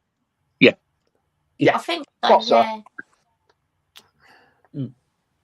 Yeah, I'll have to check it out. Cool to hear that you've picked up Funhouse, Sam. Yeah, definitely intrigued to hear your thoughts on it, mate. Yeah, definitely, mate. And actually, just on that, I did rewatch Poltergeist the other day. I love that film. Oh, yeah, the original's great. Oh, I love it. Yeah, fantastic. I've never seen the sequels. Really? Never seen the sequels to Poltergeist. No, neither have I, mate. No. Wow. Are they any good? Yeah, 2 is, definitely. 3 is pretty good, but it's just a little bit like, you could have done better, like, type of thing. But they were put in a pretty sort of tricky situation with it as well because the poor kid passed away before they finished filming. Heather O'Rourke. So if you see the bits at the end, you'll see them carrying. You won't show her faces because she'd already died. They had to get a double in to finish it. Wow. It does say in the titles as well, in memory of. It's the little lass who plays Carol Ann. Oh wow. And she died like before Poltergeist 3 finished. Such a shame. She must have been old, she was only 12, mate. 12 or 13. Yeah. I did read about it the other day, yeah. You see her in the third one, and your first reaction will be like, my God, she's put the beef on a bit with steroids on her face because she was being treated. I think she wasn't very well at the time. And then she just went for the worst. She took for the worst. Wow, I can't remember the cause of death because there's been that many different things thrown about. You forget what the truth is. It was what, sorry? But some kind of illness or something like that. It was illness, though, yeah. Yeah. No. Yeah. Yeah. I'll have to check out the sequels. Yeah, I'm kind of intrigued by that. Yeah. Second one's really good. The priest in that. Oh, Christ. Creepy motherfucker. He's horrible. He is awful. Yeah. I think I remember. What is it, Nige? Ian, he preferred the second one to the original, didn't he? He said he really enjoyed Poltergeist 2. I think it was him, you know. I think you're right, yeah. Yeah, I think he did say that, to be fair. I wouldn't go that far, but it's a good sequel. Yeah. Have you guys ever seen the Poltergeist remake? No. Yes. No. How was it, Nige? I've got it in 3D. It's so hated. I actually quite enjoyed it. I liked it. Yeah, me too. I saw it at the cinema, Me too. and I walked out and I went to Laura. I enjoyed that, you know. I said, like, I've heard a lot of bad things about it. As we're walking out, we had people going, "What a load of fucking shit." This is the problem. Stop comparing it to the original and just watch it as a film on its own. Because it's got Sam, what you call Rockwell in it. He's good. Yeah. Oh, he's a great actor. And the kid who plays the Caroline character, she's actually canny, because I don't think I've seen her in anything before that. So she's good. I can't remember the one who played the son or the mum. I can't remember who they were.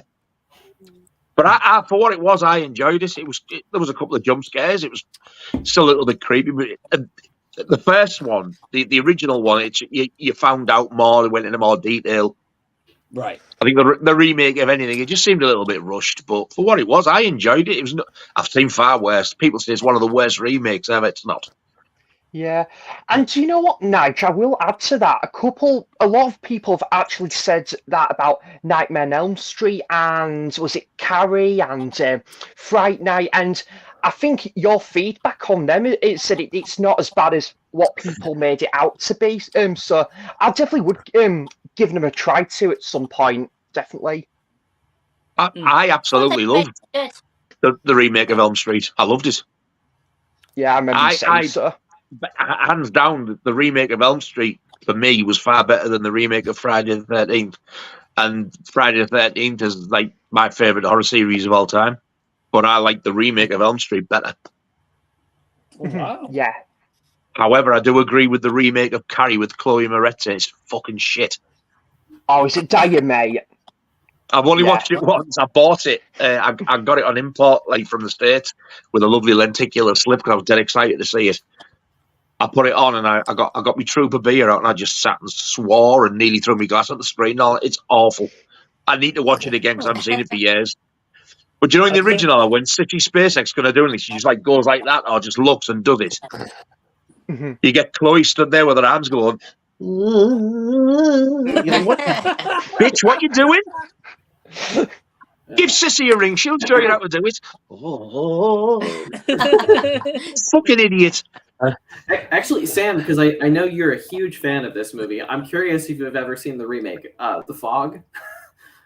I haven't, and I am never ever going near that film. I wouldn't go near ever really. What's this expression? Touch like a barge pole. Would never go near it. I remember Nige saying he watched the first 10 minutes and he straight away switched Stopped it. Yeah. I know. Did you watch it all the way through, Jackson? I did. I watched it earlier this year. I think I watched it.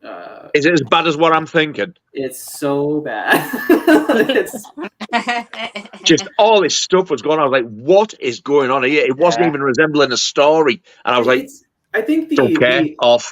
Yeah, I mean, like, the story is completely different, but also the just the aesthetic of it is like so wrong. Because the original, like, it makes you, it's almost like it's like a little campfire story. It's kind of like cozy, you know, like you that's right. Feel the vibe of the seaside town. This one is so like it's mostly sunny actually for a lot of the film. It almost feels like the that Alexander Aja, like the Piranha remake, in the way that the daylight is a lot of the time, and the actual like effects when they happen are so over the top and so terrible looking, and it's just awful. Yeah. I hate it so much. So Jackson, is it CGI to death? Yeah. So Jackson, I guess that director didn't have the foggiest idea then. Oh, God. He's got one in. Yeah. Oh God! Who did? Can somebody pass me the brain itch pills, please?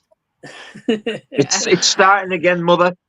Who did the Fog remake?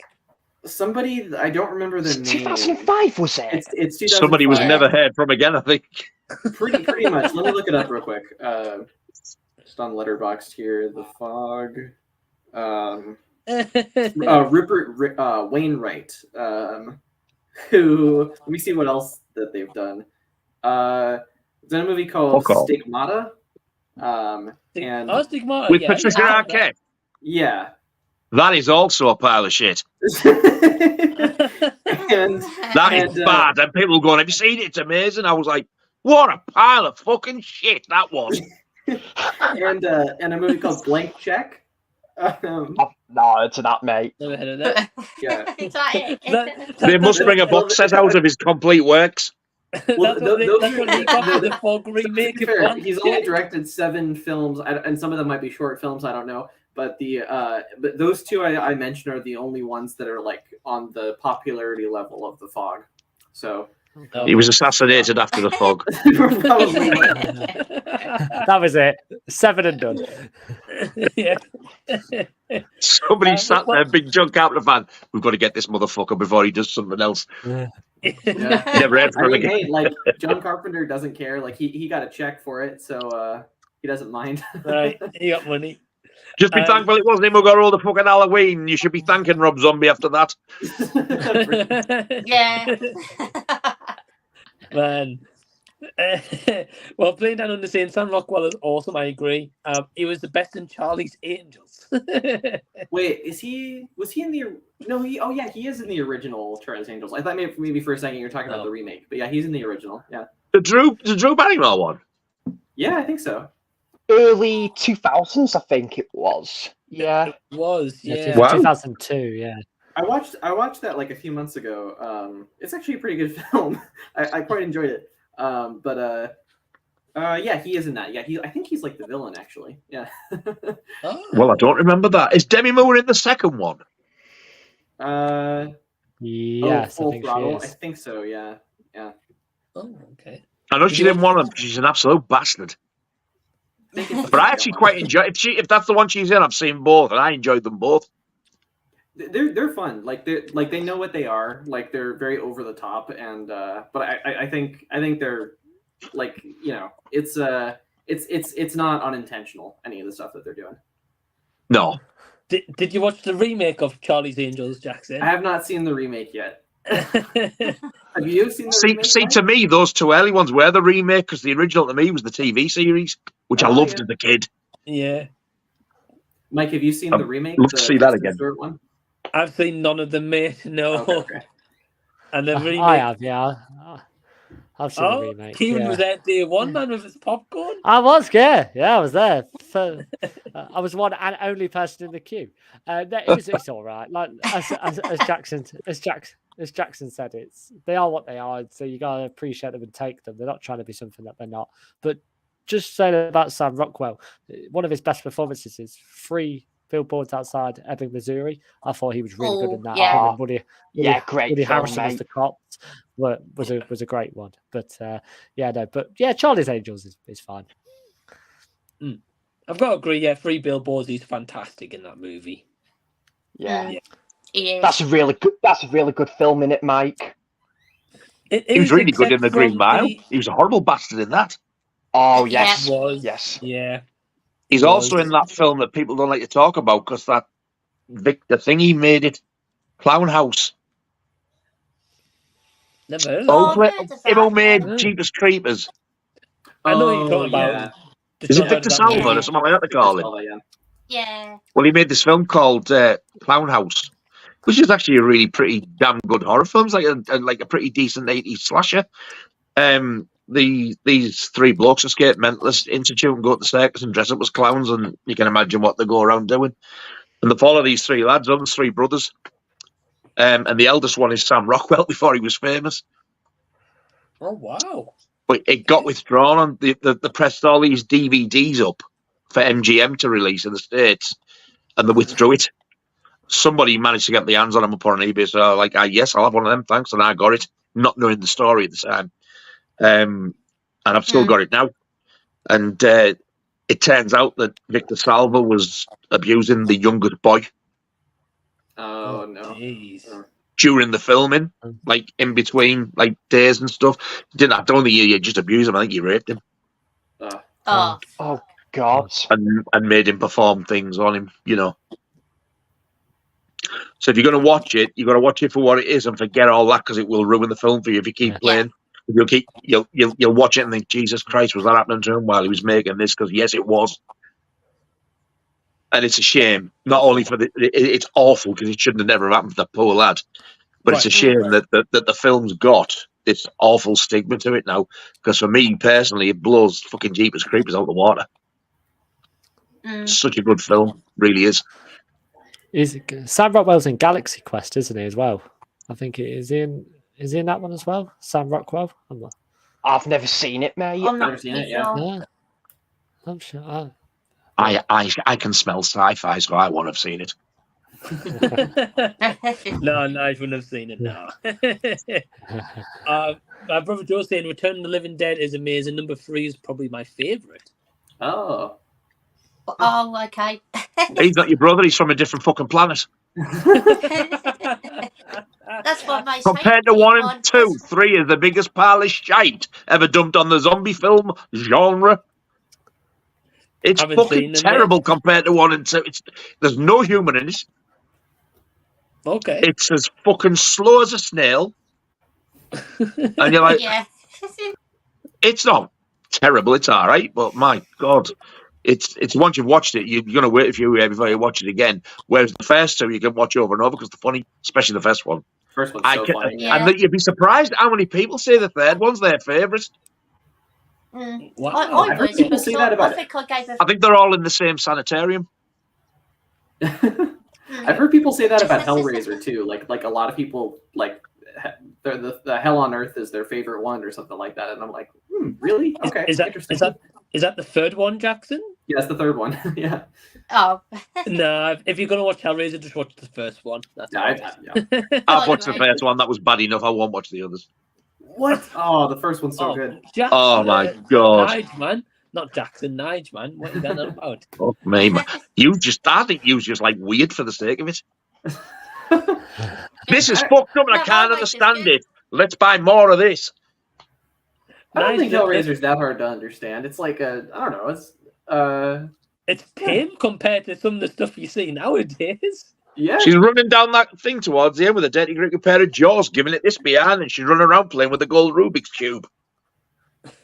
If you think the first one's like that, don't watch the remake, the recent one, because they basically turn it into like one of those A24 horror films about like addiction, pretty much, and it's a lot also like much longer than the original. It's like a 2-hour film where the original Hellraiser is like 90 minutes. Like it flies by. But, no. I do think Clive Barker's a bit of a bell end though. Well, I know Scott and I have seen this film, but another Clive Barker written thing is a film called Rawhead Rex. Have you ever seen that? Night? Yeah, that's. I have not seen that, but people tell me to watch it. It's not too bad, but it's like it's definitely. It was supposed to be a lot weirder in Clive Barker's original version. Like the monster in that was supposed to be like a giant penis, basically. But in this, he's just like a normal monster. It's basically just a standard monster movie. But I do have, and I have seen Nightbreed. That's a good film. I watched it first and hated it. Watched it again, and then I really enjoyed it. I just can't remember what cut. I think it might have been the director's cut I watched. I need to, or the theatrical. I need to watch one or the other. I got the Scream Factory box. I thought, oh fuck it, I'll give it another go. And thankfully, I liked it. It's actually that one. He's just messed up. Something wrong with him. Him and his big ass fucking cigars. We'll take. Oh, sorry, go on, Scott. Sorry. I was just going to say, going back to Return of the Living Dead, the second one's actually really good as well, to be fair. I like the second one a lot. I do. I haven't seen them. I'll have to check them out. That brother of yours, Night of the Living Dead 3 and Nicker sniffing. No, I don't know what's going on with him tonight. Mike's going, brother? That's no brother of mine. I'm like, what the hell? Some weirdo who pretends he knows me. Yeah. We're going to take a couple more comments and we will be wrapping it up. We've got a question as well I want to really get you guys' opinion on. Firstly, we've got Sai saying Rollerball has to be one of the worst remakes ever. I have yet to see that, but it's in that box set that I got last year or earlier this year, so I will be watching that at some point. I didn't even know it had a remake, to be honest. Exactly. I'm putting it down under likes because it has beeps. Is that? But that looks like a Liverpudlian spelling of boobs. It has boobs in the movie, as they like to say. Playing down under the also saying I'm the biggest bell end on earth. I shall make you a special crown with a photo of that on it. What a bell end! What a bell end clown. And we've got one last question I'll put in. Matt comes from Mac Chat. He says, lads, question. With the announcement of Best Buy ending the sale of physical media by early next year and other places cutting back, do you think maybe it needs to go the way of the vinyl record, as in die and in a few years make a comeback? I reckon it'll be stronger when a new generation find it, like vinyl did. No, I think that I think the revival of physical media to like not just as a niche thing, but as a primary way of owning movies is very important, because I mean just for individuals, like it's great to own it, but also it's a huge way to help studios fund their projects. To like it helps them a lot more if you can buy a Blu-ray than it does if you just rent it once, digitally. And the more that they're able to reap off those revenues, the more they'll be comfortable in financing things that are a little bit riskier in terms of projects. So if we want to continue to see like studios take risks, we have to support physical media. Yeah, that's a great answer. Yeah, I agree. I mean, like, how many box sets? I mean, like, all of us, have them pre-order and they sell out so quick. Yeah. One of the most recent ones was like that Exorcist, the Steelbook one that sold out like immediate. Yeah. So I don't totally get why Best Buy's doing that, because I'm sure their sales are down, but like I don't know, it still seems like that there's a niche market for it. Well, I mean, Jackson, you're the only one on this panel who's from America. The only thing I can comment, obviously, you'll know more because you've been to Best Buy probably more than we ever have. But like Ryan from RWR, he's always said that Best Buy a lot of the time with the new releases have them like in the back, don't even like put them out like straight away and release it. Wow. Yeah. I haven't seen that. Usually they have the new releases out, but I mean it might depend on location. I know Ryan's in like, isn't he in like Baltimore or something like that, like a big city? So maybe Florida, yeah. Oh, I'm just thinking because he has his Baltimore Ravens jersey and stuff in his photos. But it might just depend on location. I'm not sure. No, I think it is, because I've seen a few like US YouTubers that go around and they go, let's go to the new release, and they haven't put anything out. So I think it is quite common, but it's like Jackson says, I do think it's depending where you go, depends where you're situated. I think so. Mm-hmm. I also, to be honest, the other thing is I don't typically buy releases day one. I usually wait for the price to go down a little bit. So he'll probably know more about that than I will. I will say, Jackson, I agree with you. So normally I don't buy releases on day one unless it's like limited edition, like that Exorcist. I know like Nigel's talking about it. And I saw like the Steelbook and I was like, wow, for like £25. I was like, that's awesome. I'm just going to pre-order it. And I'm glad I did. It sold out like straight away. Mm-hmm. But like another normal release, I'll just wait to like CEX, usually get it cheaper and get it that way. Can I ask, is it the new Exorcist or the original Exorcist? The original. Okay, good. I was like, why would you buy it Blu-ray of that new one. Cool, nice. That's the Steelbook. That's the limited box set #1 with that artwork on the Steelbook. Oh, that's great. Yeah. And then you get a box of goodies. And then I've got the last one coming tomorrow or Monday. Oh, nice. Which is in like a sort of a purple-looking Bible-y box thing. Oh, awesome.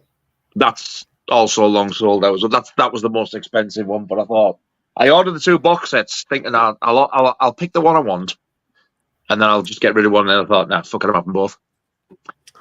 And then when I see an HMV Steelbook, that one that Mike just showed, I was like, oh, look at that. Pre-order. It's so amazing. Amazing artwork, and like Nige, I didn't even realize it was like 5 discs in like that's what I mean. Steelbook. I was like, oh wow. Have you actually opened it, Mike? No, mate. I'm waiting to watch it until I open it. I'll be honest. You'll be able to see anyway when you get it to the light and go like that, or just glint, watch your eyes. Move it like in the light. Oh yeah. Oh wow. Okay, I didn't realize that. That's awesome. They depend on the angle you get it. Like they look like they're shining. Yeah. No, that's awesome. That's all. But by the way, such a nice set though. I can't wait to open it, mate, and have a little look. If it went cheaper, I would buy that new Exorcist movie on Blu-ray or 4K. It is up for pre-order. It is. I'll probably wait till it goes down in price, though. I've ordered the limited edition, but it's sold out. But I need to see the film because the amount of people tell me how bad it is. If it is, I will be cancelling. It's not out till April, so I've got plenty of time to see it. So what I'll say, Nige, very quickly, because I know a lot of people don't like the movie. I'm probably one of the few that did like it, but I'll just say go in and don't compare it at all to the original. Because I don't usually do remakes or anything like that. I never do. That's why I think that's why I like the remake of Poltergeist and Nightmare on Elm Street. And Fright Night, I love the remake of Fright Night. No, don't get me wrong, they're nowhere near as good as the originals, but I like them for what they are. A different story. I would say, without spoilers, there's a certain character didn't need to be in the movie, and it kind of ruins it in a way. But in other words, they don't want to be one person possessed, not 2.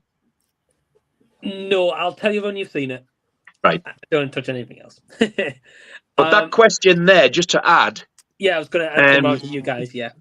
Vinyl never really went extinct. It's always been there. There's always been people who bought records, always.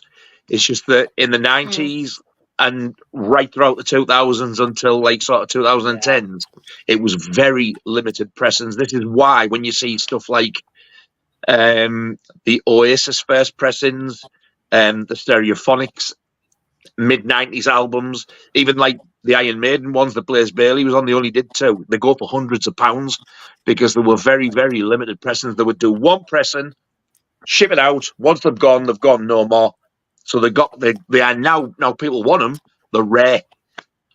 And now vinyl's making a comeback. Well, it's made a comeback type of thing. It's still not as big as what it was, but it's got better.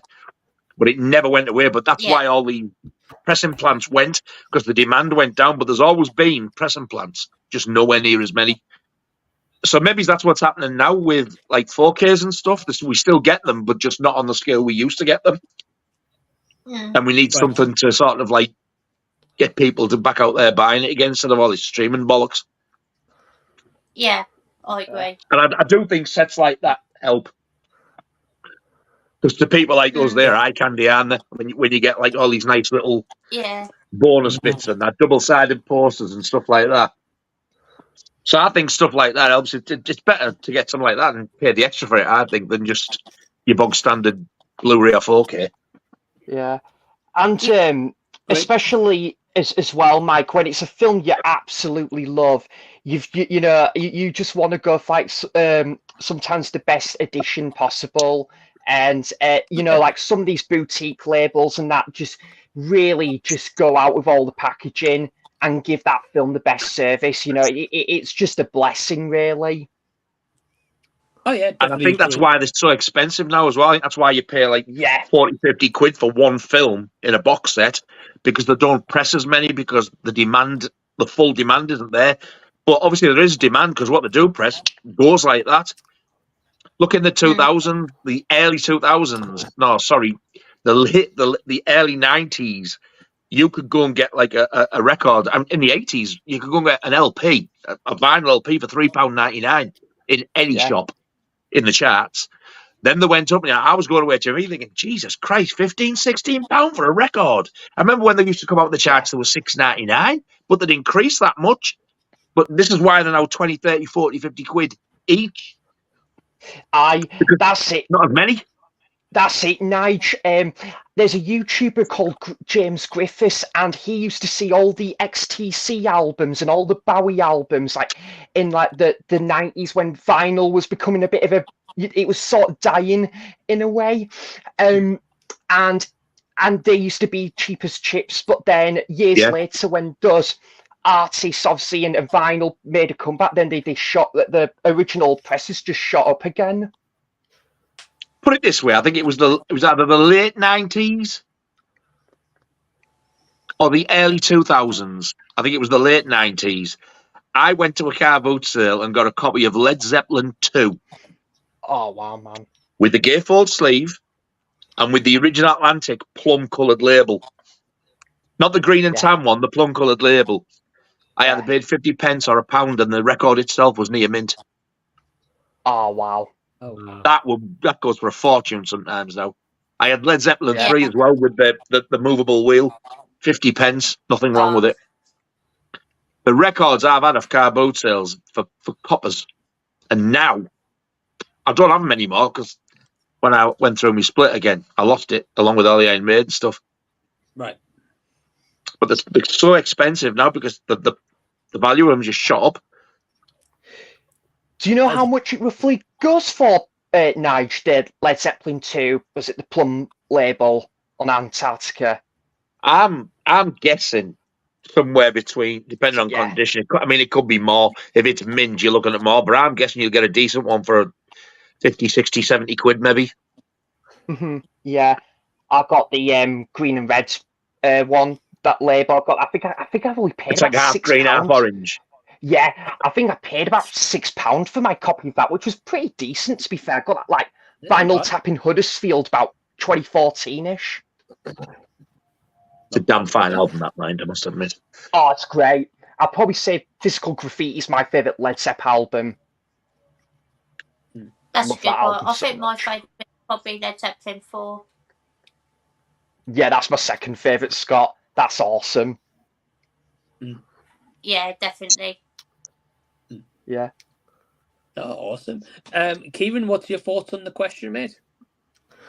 I think, well, with the stories you just told there, I think there's moments and sort of memories that are attached to physical media. So the fact that you're going to take that away is really sad. But I actually went through the streaming services the other day that I've got, and there's sections where it goes off leaving the streaming service. So the fact that people are spending all this money on these streaming services just for titles to go on and off again. I'm a big fan of the James Bond franchise, and they're constantly on and off Amazon Prime. Sorry, Nige.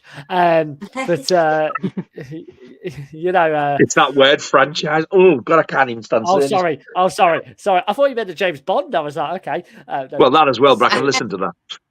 Okay. The James Bond films or the James Bond series franchise. I will rephrase James Bond series, but they're constantly going back, on and off. So it's one of them where physical media can really, make you feel and appreciate the film. So yeah, I think it's something that is really, really sad to see. Was it expected? Probably, because of all these streaming services, different companies doing it and having the rights to all these films. They are going to want you to pay on the streaming service, but having physical media is something special. Yeah, I absolutely echo everything you just said, Kieran, and I don't know why on earth, two Best Picture winners back to back, like Coda and Everything Everywhere All at Once, never got the blue. Yeah. Oh, the blue. I saw guess what he was saying, and I agreed with him, but re-release. Well, we've got a. Oh, is I think it's back. Yeah. Yeah. Sorry, Mike, my internet's been absolutely shocking tonight, mate. Apologies about that, by the way. It's all right, mate. Yeah, you. They never got the blue. Is all we got The Blu-ray. Yeah. So, released. Yeah. yeah. As I said, some of these popular films, Mike, as you'd probably agree, it is a bit of a pity that they're not getting the Blu-ray 4K treatment over here. You know, like I was saying, especially the two Best Picture winners on the bounce, like Code and Everything Everywhere. Don't really get it, but that's just me anyway. Yeah. The thing is, though, they put these films on streaming, and then you go, "Oh, have you seen, like, say, for instance, if The Exorcist's on now, it's all remastered and everything. Watch The Exorcist. Oh, the bastards have took it down," and you can just go, Yeah. "I've still got it." They don't think of that. Nah, And like some of the obscure shit that I watch. I'll tell you what, right? This isn't so much obscure, but you'll realise what I mean when I show you what it is. If I fancied watching this, I can't see this being on a streaming service. Can you? Death Wish 4. No. No, Well, it's also, not. yeah. Well, and, They're not and exactly blockbusters. So, I just fancy watching Death Wish 4. Oh, it's not there. Well, and like similarly to that, like I have some friends in Canada, and they were telling me that they found out recently the oldest horror film on Canadian Netflix is Scream. Like they don't have anything before God's sake. 1996. Wow. Which is kind of insane to me, but yeah. So if it's 80s is the best stuff. Yeah, exactly. Wow. No Shining. Wow. That was Dawn what, of the 96? Yeah. No Dawn of the Dead. No Jaws. None of that. Halloween. No. Yeah, Night of the Living Dead, none of it. Yeah. No Friday the 13th. Where? Wow. Well, they might have Jason X and I. You're fucking welcome to it. If anybody's never seen the Friday the 13th, if you're watching, don't ever watch Jason X first because it'll put you off the rest of them. Don't do it to yourselves. Jason X has got awesome kills though, Nige. You can't doubt That's the only thing it's got good going for it. And I do like that bit where they trick him into thinking he's back at Crystal Lake. I love that bit because it goes right back to the camp. You think, this is how it should be. And then he goes back up there again. You think, what the fuck you playing at? But that scene when they're flying outside in space, just like fuck off. No. But you see Jason doing a Superman. There he is. He's like, he goes, you bastards. So bad. He's flying back to Crystal Lake. And the effects Fucking as hell. well. Oh dear. You know the Machete films with Danny Trejo. Yeah. Did you know that they were going to be doing another one and it was going to be Machete in space? Oh wow. Oh man. I would have Thank loved to have fuck seen they that. never made it. That was going to be the third one in space. Like, that is ridiculous. I would have loved that one, Nige. I would have watched that. I would have watched it because I love the Machete films. I would not have been impressed to start it right up there with Jason X. Get up there, you fucker. Read that Jason comment, X is Nige. awesome. Get out. Anything with Jason is a win for me. Except Jason X. Yeah, I accept that. Do you like Jason Goes to Hell? That's the question. I'll have to ask if he's still watching. I'll have to answer. But by the way, guys, I probably should be heading out here pretty soon. I've got a email thing to respond to before I go to bed here. Oh no worries, Jackson. We're gonna just get Scott answers, and then I was gonna wrap it up. Oh anyway, yeah, for sure, no worries. So yeah, Scott, do you want to just be the final person to answer the question, mate? Yeah, no worries. I could pretty much just agree with what everyone else has said, really. And yeah, the streaming services really annoy me, to be fair, because there's so many great films out there, and like hardly any of them on streaming services. So that's another reason why I love physical media, because you could basically get anything you want, and you can watch it whenever you want, and you don't have to worry about it getting stolen or taken off any of the streaming services. You could just watch it when you please. So yeah. For what it's worth, and if it makes you feel any better, if you want my opinion, I personally don't think it will ever disappear. There's always going to be a call for it, as long as there's people like us around who want it. Look at those editions. You don't see them in the shops. They're selling out before they even get a chance to get to shops. So as long as we keep buying it, I always think there'll be a small market for it at the very least. Yeah. I agree. And I can't I really agree. disagree with any of you guys. You make all great points about physical media, and I'll be still collecting it like you guys, you know. So definitely. Final 2 comments we've got very quickly. My brother's just saying Jason Goes to Manhattan and Jason Goes to Hell are 2 of his favourites. Awesome. Excellent. The Manhattan one's fun for what it is. Can't eat. I love actually that really one. like that film. I'm so And glad he Jason- likes Jason Goes to Hell, though. And Jason X has the best kill with the face smash. I totally agree. Absolutely. Yeah. But the film's good. Well, thank you guys for tuning in. Firstly, live or after the fact. Really appreciate it as we wrap up. I just want to thank Scott, Jackson, Sam, Kieran, and Nige for joining me tonight. So thank you guys. Thank you very much for having us, mate. Thank you, mate. for having us Yeah, on, thank you guys. so Really much, enjoyed guys. it. You're Yeah, welcome. it's been You're welcome. great. Pleasure having you all. Yeah. And just before we head out, all these guys' channels, links are down below, and Sam's Instagram as well. Please go subscribe to them, go show them some love. And Playing Down on says good night, take care. So yeah, good night all, take See you, care. mate. See you And next watch time. the interview, Bye, please. everyone. Bye. Bye.